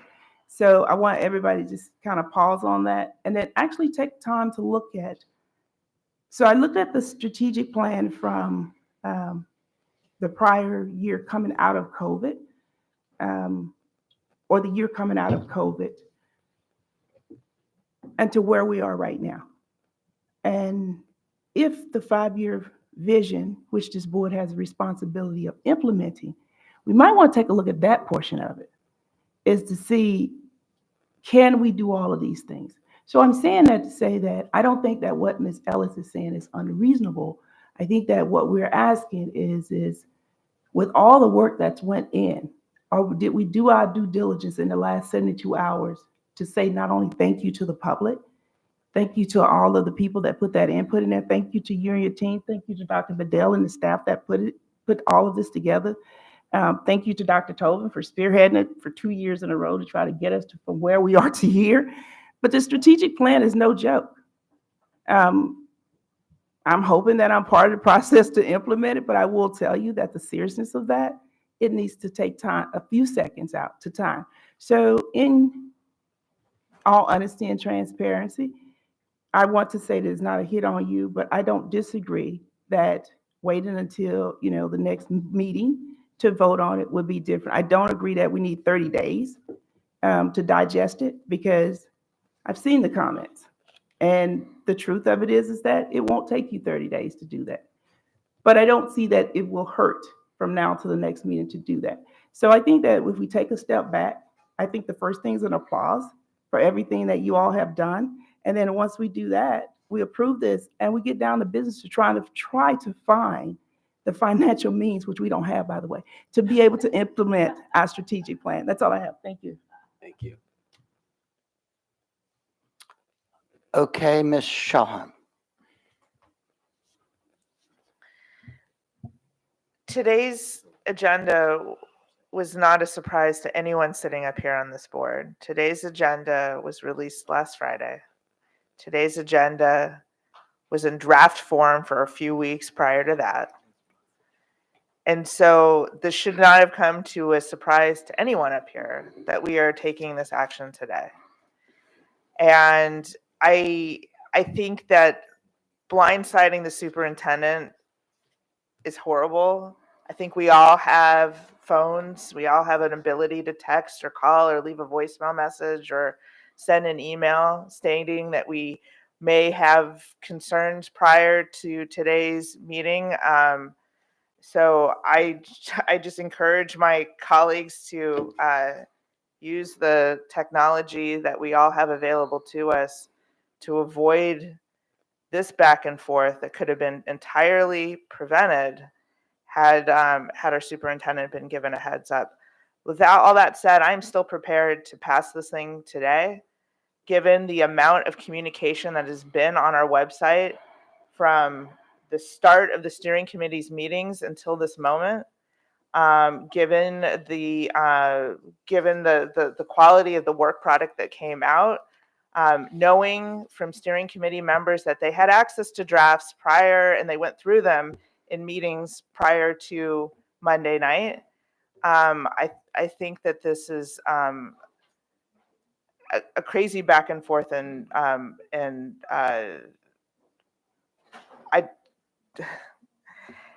frustrated. I really am, because we all know what we have access to, and to not come forward with concerns prior to springing them on the superintendent this morning is unacceptable in my mind. I think we should vote on this today. Ms. Ellis. Thank you. I want to apologize to the committee and everyone again who was involved in this process, because I don't know how many times I can sing their praises, but I will continue to do so. I'm going to simplify this because there's been a lot of discussion. This was about presenting a draft to the community. I am in no way disparaging the process. I think I don't know how many times I can pinpoint and highlight the community engagement and thanks and appreciation for that process. And I think it's really unfortunate that something that is very positive and has been celebrated, including Monday evening when we walk in and there's a cake. I mean, it's a celebration. This is our strategic plan, but this is also one of the most important things any person at this dais is going to do for this school system. I'm very surprised that, first of all, the committee was representative of the community. The committee is 70 dedicated people representing their community of over 550,000 residents. A school system of 85,000 students means a school community of well over 100,000 people. I would think that the committee would be thrilled to present this draft to their community that they represent and celebrate it. And be confident when the board takes a vote in June that it has been given full transparency, and therefore there's no question. The transparency, Mr. Dickerson, has been exceptional up until this point. It's now in the board's hands. And again, we have a draft that the community should be able to see and celebrate or critique or whatever it is that they have to say about it. But I think we want to make this vote in full confidence.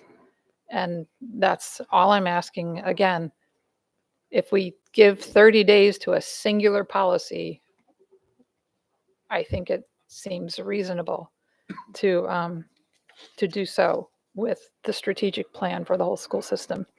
Therefore, I do move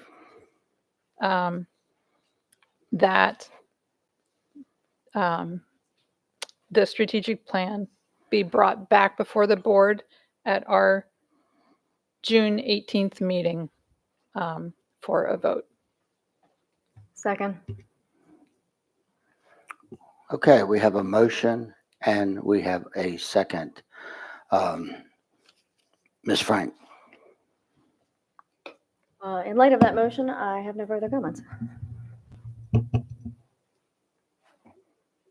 Ms. Corkadell? Thank you. I will be in support of this, and I am very disappointed that some of my colleagues have chosen to reflect upon a request to get more public input as an insult, because it's not. And I've been perfectly clear about my opinions about it and any interpretation.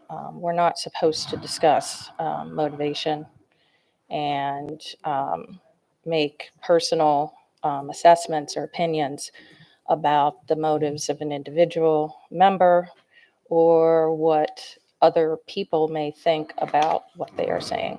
To expand it like that, I think did turn this conversation a little negative. So I'm pretty sure we were all on the same page, just coming up with a timeline to vote. I'm definitely supporting this. Either way, I will be supporting this plan. And as I said, my folks to date, to the best of my knowledge, is very comfortable with this. I just want to make sure everybody did see the final draft in my community, and I'm comfortable with holding back on the vote. I don't think there's any harm to it. Ms. Shahan?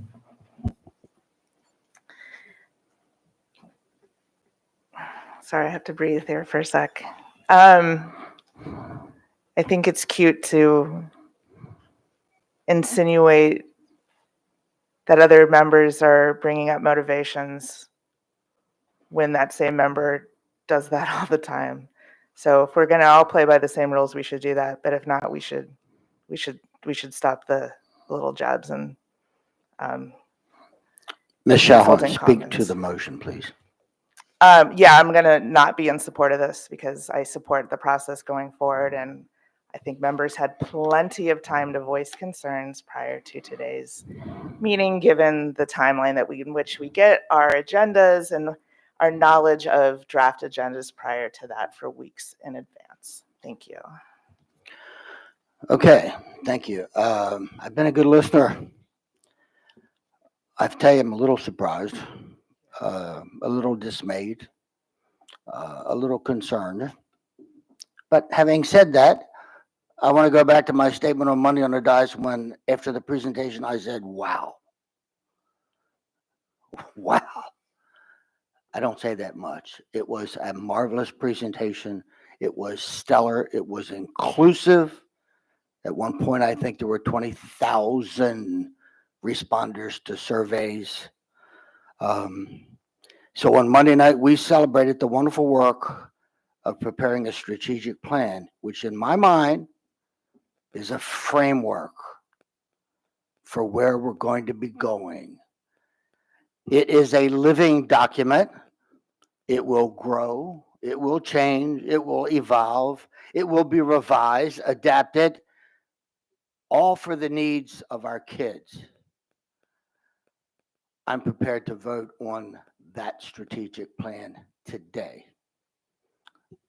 So having said that, I do not see any other lights. Ms. Howe. Miss We normally allow the motion maker to have the last word.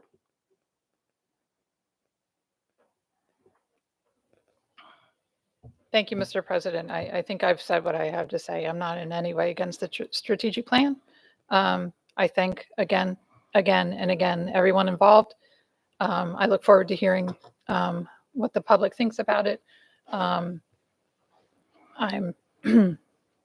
disappointed that this had to turn into a struggle, and it's probably, if we don't delay this vote, it's going to cause a lack of confidence, I think, in some. Thank you. Ms. Howe.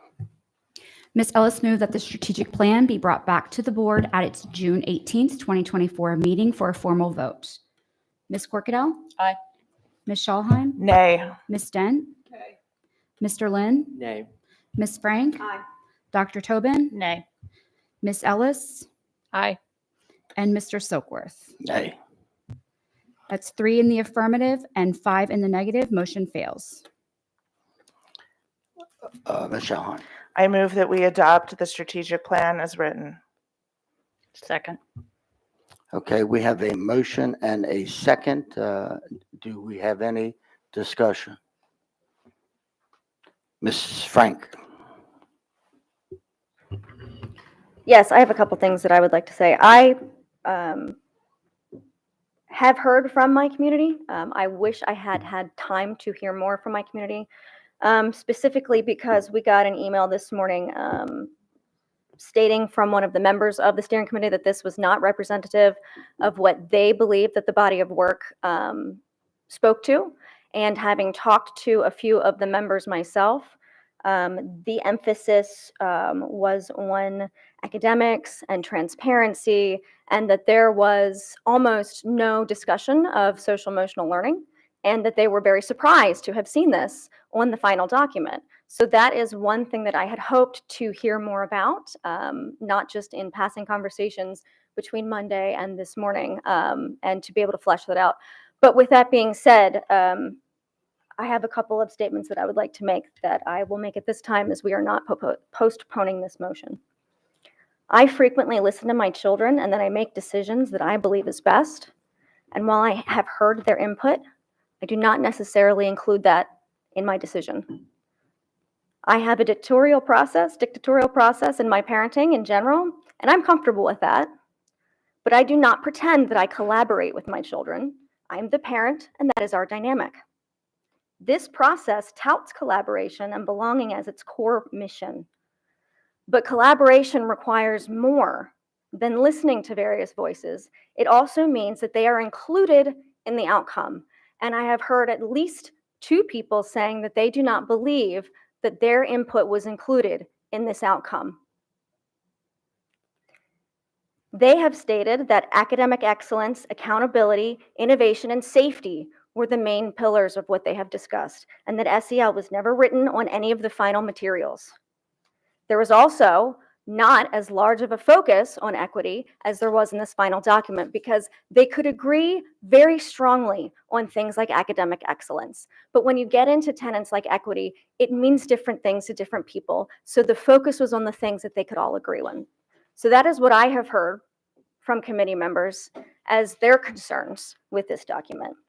And I can say that if you are going to tout belonging as the first principle, then that needs to be the focus. And this particular exercise of not listening to those concerns disabuses people of that sense of belonging in a way that I am shocked to see today.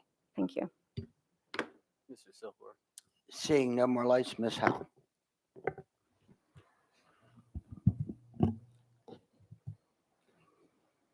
Ms. Corkadell? Aye. Ms. Schallheim? Aye. Ms. Dent? Aye. Mr. Lynn? Aye. Ms. Frank? Nay. Dr. Tobin? Aye. Ms. Ellis? Nay. Mr. Silkworth? Aye. Oh, where are we? We have 6 in the affirmative, 2 in the negative. Motion passes. Thank you, Mr. Dickerson.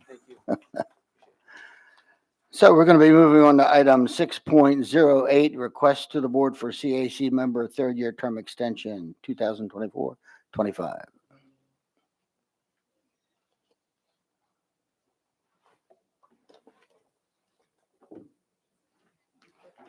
Ms. Frank? Okay, Ms. Frank. I move to extend the CAC members to the third term extension. Second. Okay, we have a motion and a second. Do we have any discussion? Seeing none, Ms. Howe. Okay, Ms. Corkadell. If I could just clarify, just get confirmation with staff that the request for extension is in accordance 100% with policy and regulation, right? I just want to get it on record because it's just these random names of of extensions, right? And I just want to make sure that the public has awareness of its intent. If Okay, thank you, Ms. Howe. Ms. Corkadell, did you want a staff member to respond to that, or do you want me to? Probably, it would look kind of odd if I was watching at home and I can see what the answer was, but I don't believe, and they had heard, or the superintendent wants to. Well, she could, yeah, but I just wanted to make sure that it was reviewed. It wouldn't get reviewed by Darren. That's a staff question.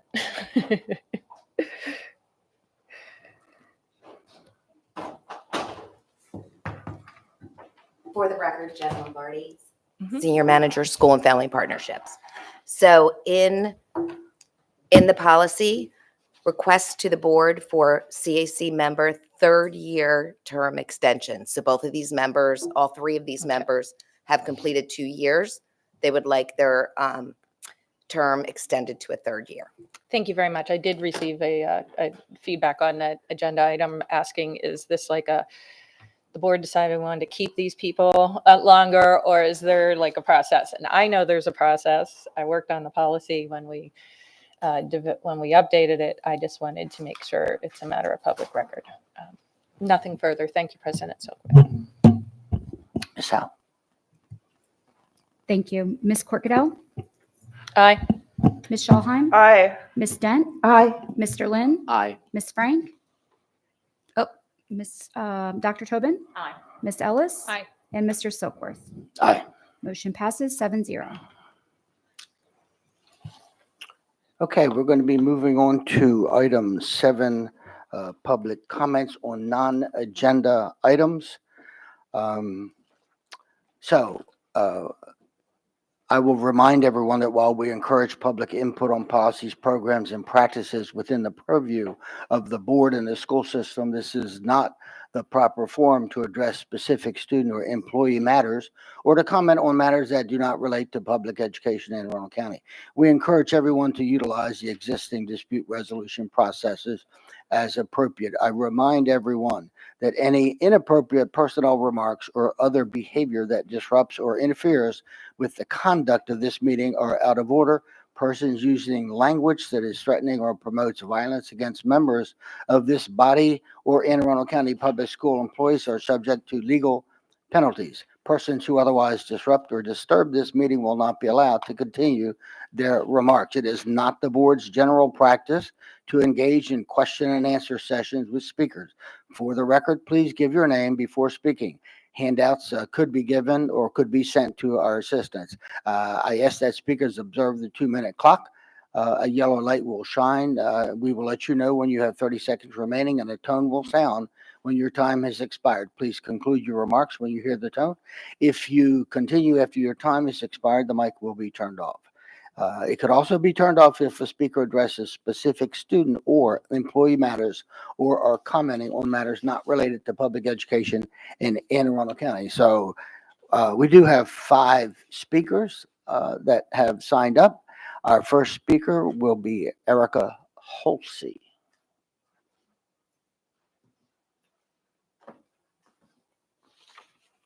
Hi, members of the board and Dr. Bedell. I appreciate having us here today.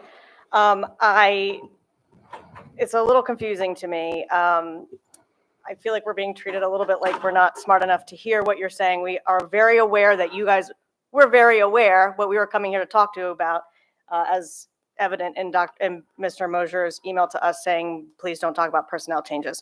So I spent probably 10 to 15 hours over the last 2 weeks trying to construct a speech. And this morning I had to rush to fix it.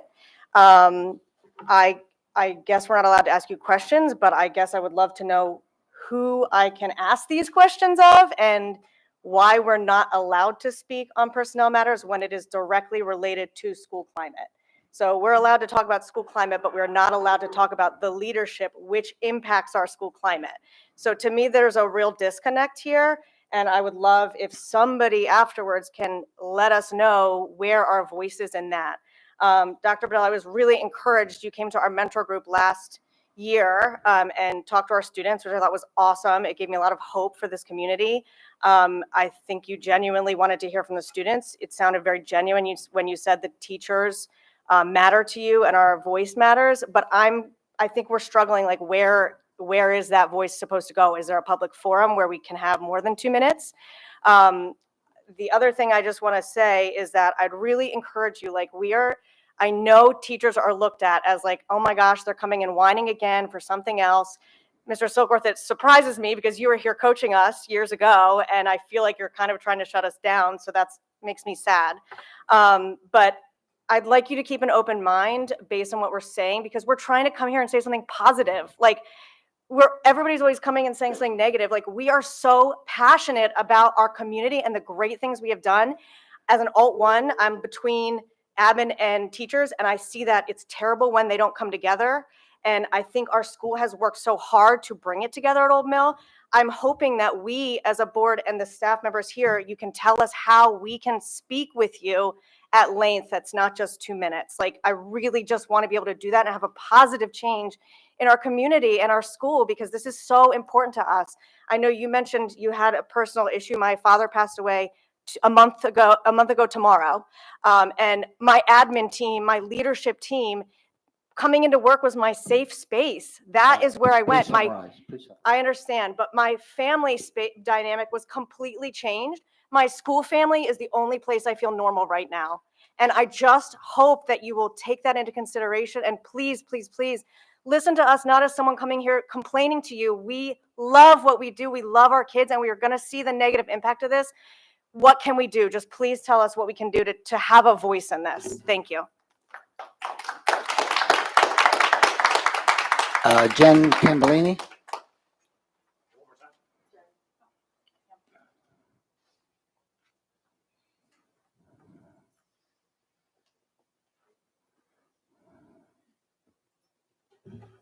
Good afternoon, members of the board, Dr. Bedell, and my fellow Old Mill patriots. My name is Jen Tambolini. In my 19 years at Old Mill High School, I have had 7 principals and more than 40 assistant principals. As you can imagine, the lack of continuity in our administration weakens our school climate and adds to the challenges we face at our large and very diverse school.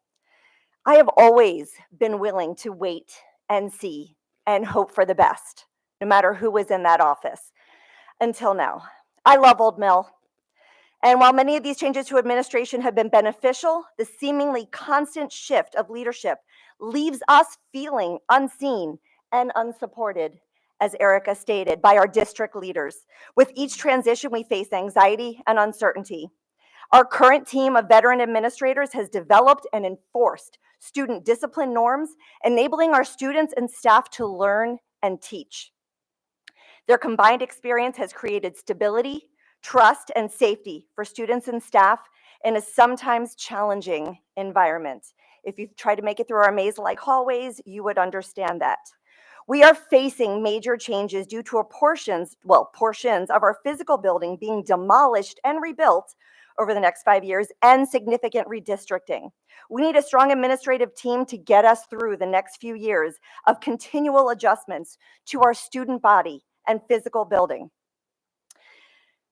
The board's plan, the county's plan, to move our current principal and the foremost senior assistant principals, including our scheduler, has resulted in anger, frustration, disappointment, and plummeted morale among all staff, not just teachers, and the students as well, as you have heard. We recognize that reassignments are the norm, even when they are disappointing and confusing to those who work in the affected schools. However, this massive shift makes us feel as though someone has pulled the entire foundation from our home. Please summarize. In spite of your efforts to silence us, nearly 150 members, staff members, students, faculty insist on being heard and have signed this petition that we submit to the board for your review.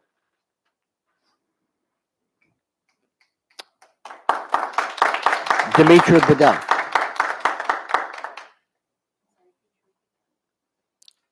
Demetria Bedell.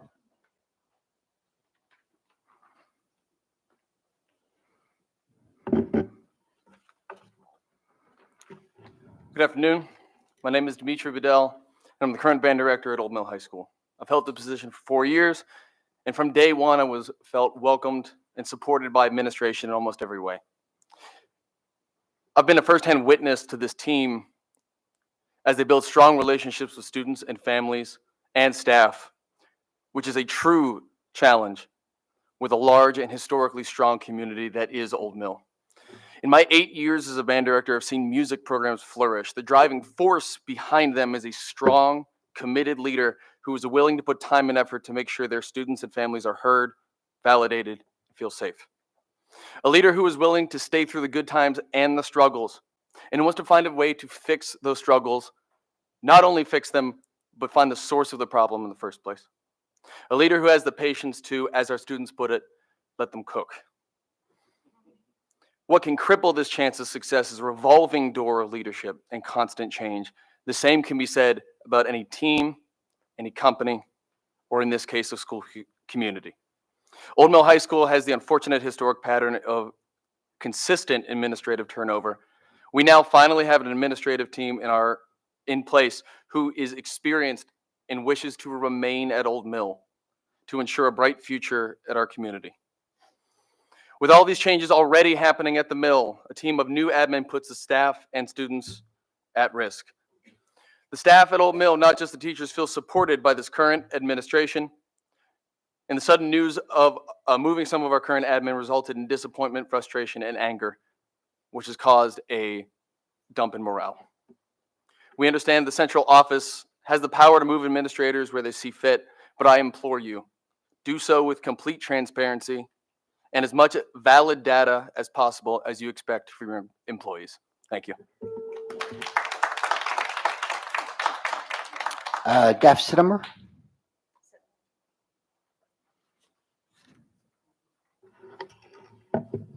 Good afternoon, esteemed members of the board and Dr. Bedell.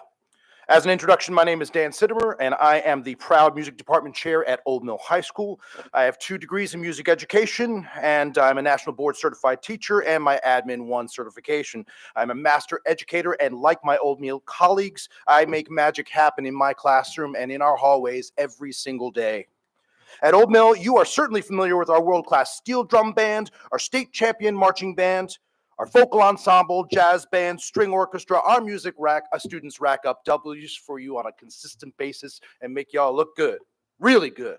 Our Old Mill team is outstanding, and we're used to being a lot of students' favorite teachers. In fact, if you ask the Honorable Mr. Silkworth's grandson who his favorite teacher is, I am pretty confident he will say Mr. Sittimer, his orchestra teacher. I will ask him. Thank you.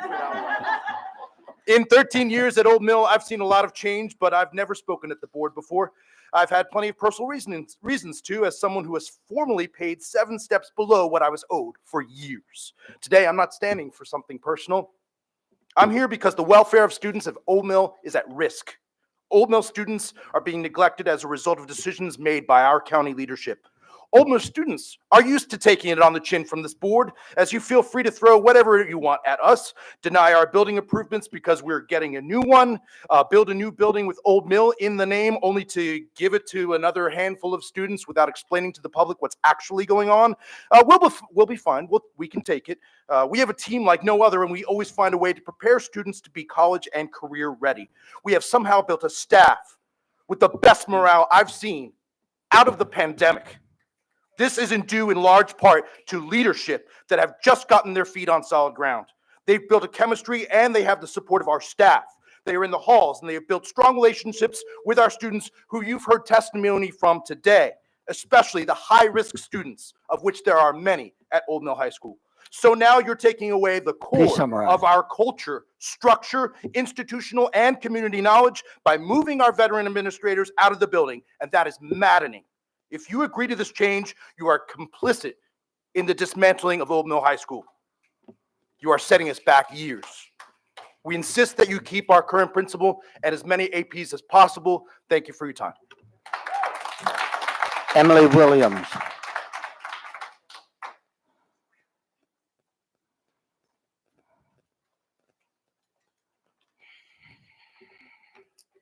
My name is Emily Williams, and I'm a special ed teacher at Old Mill High School. At Old Mill, we have had many ups and downs since COVID, and a lot of that was the result of community unrest that bled into our school. Even at our scariest moments in the school, I knew that our administration team was going to be there and create a safe and supportive environment for our students and for us as teachers. I have known that their collective #1 goal is that our students receive the best education they can possibly get and to provide the safe environment our students need to receive that education. And thank goodness, because that is my goal as well. Over the past school year, I've had to deal with a multitude of extreme personal health issues. I've had to put myself first in ways that I don't usually do. And I was only able to do so because I had an admin team who let me know they had faith in me as a teacher, which allowed me to be my best through my own difficult time. Every time we would get news about the changes that are coming in the upcoming year, including losing coworkers, students, and population changes, I knew without a doubt that as a school, as a staff, we would weather the storm of the new year because I have 100% faith in our admin team to lead us during this difficult time. And then May came, which, by the way, is Mental Health Awareness Month, and my head has been in a tailspin ever since. In a move that seems as if it is only being done for the sake of stirring the pot, admin, the people we trust implicitly to deal with the unique situations of our school, people who enjoy the difficult work and have made no request to leave their positions at our school, have been yanked away from us. Then, almost all of our, Old Mill is a unique school. Our status as an IB World School requires a leader who understands the difficulties that come with incorporating IBMYP. We need a leadership team that will allow us to feel safe and secure in our transition so that we are able to be the best teachers we can be for our students. Along with my fellow educators at Old Mill High School, we insist that you keep our current principal and at least 3 of our veteran APs at Old Mill High School.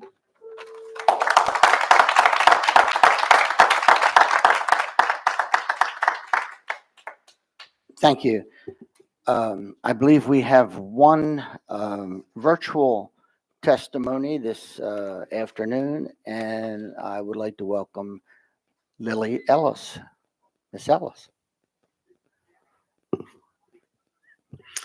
Good morning. I'm last but not least. My name is Odessa Ellis of Edgewater, Maryland. I come here this morning to speak on the behalf of our TSAs. They are teacher support assistants in the classroom.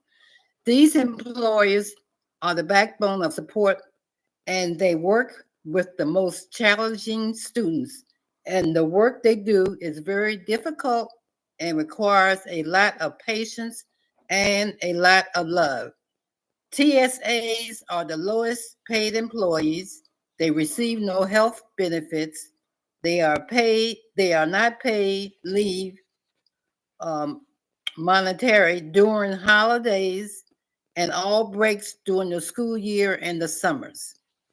I am asking the county government and Anne Arundel County Schools to treat our TSAs with fairness, equity, and respect they deserve.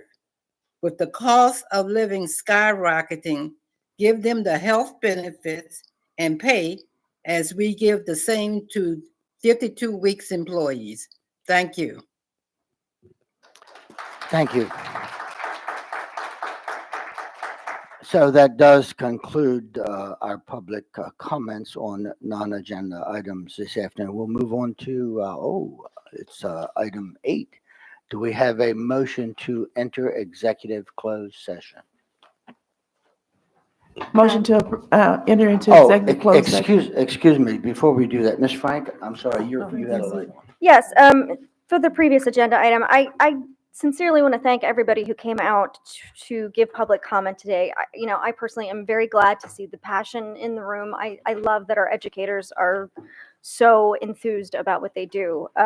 We don't engage in question and answer because this is the public's time to speak and our time to listen. So I just wanted to clarify that for a moment.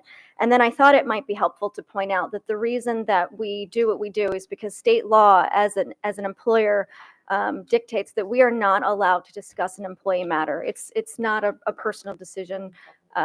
It's that this is a public forum. This is a public venue. So employee-employer conversations are not allowed to be aired publicly. So I just thought that that might be helpful for the folks in the room to hear, though we do very much appreciate everyone for coming out today. And with that, President Silkworth, I do have a motion.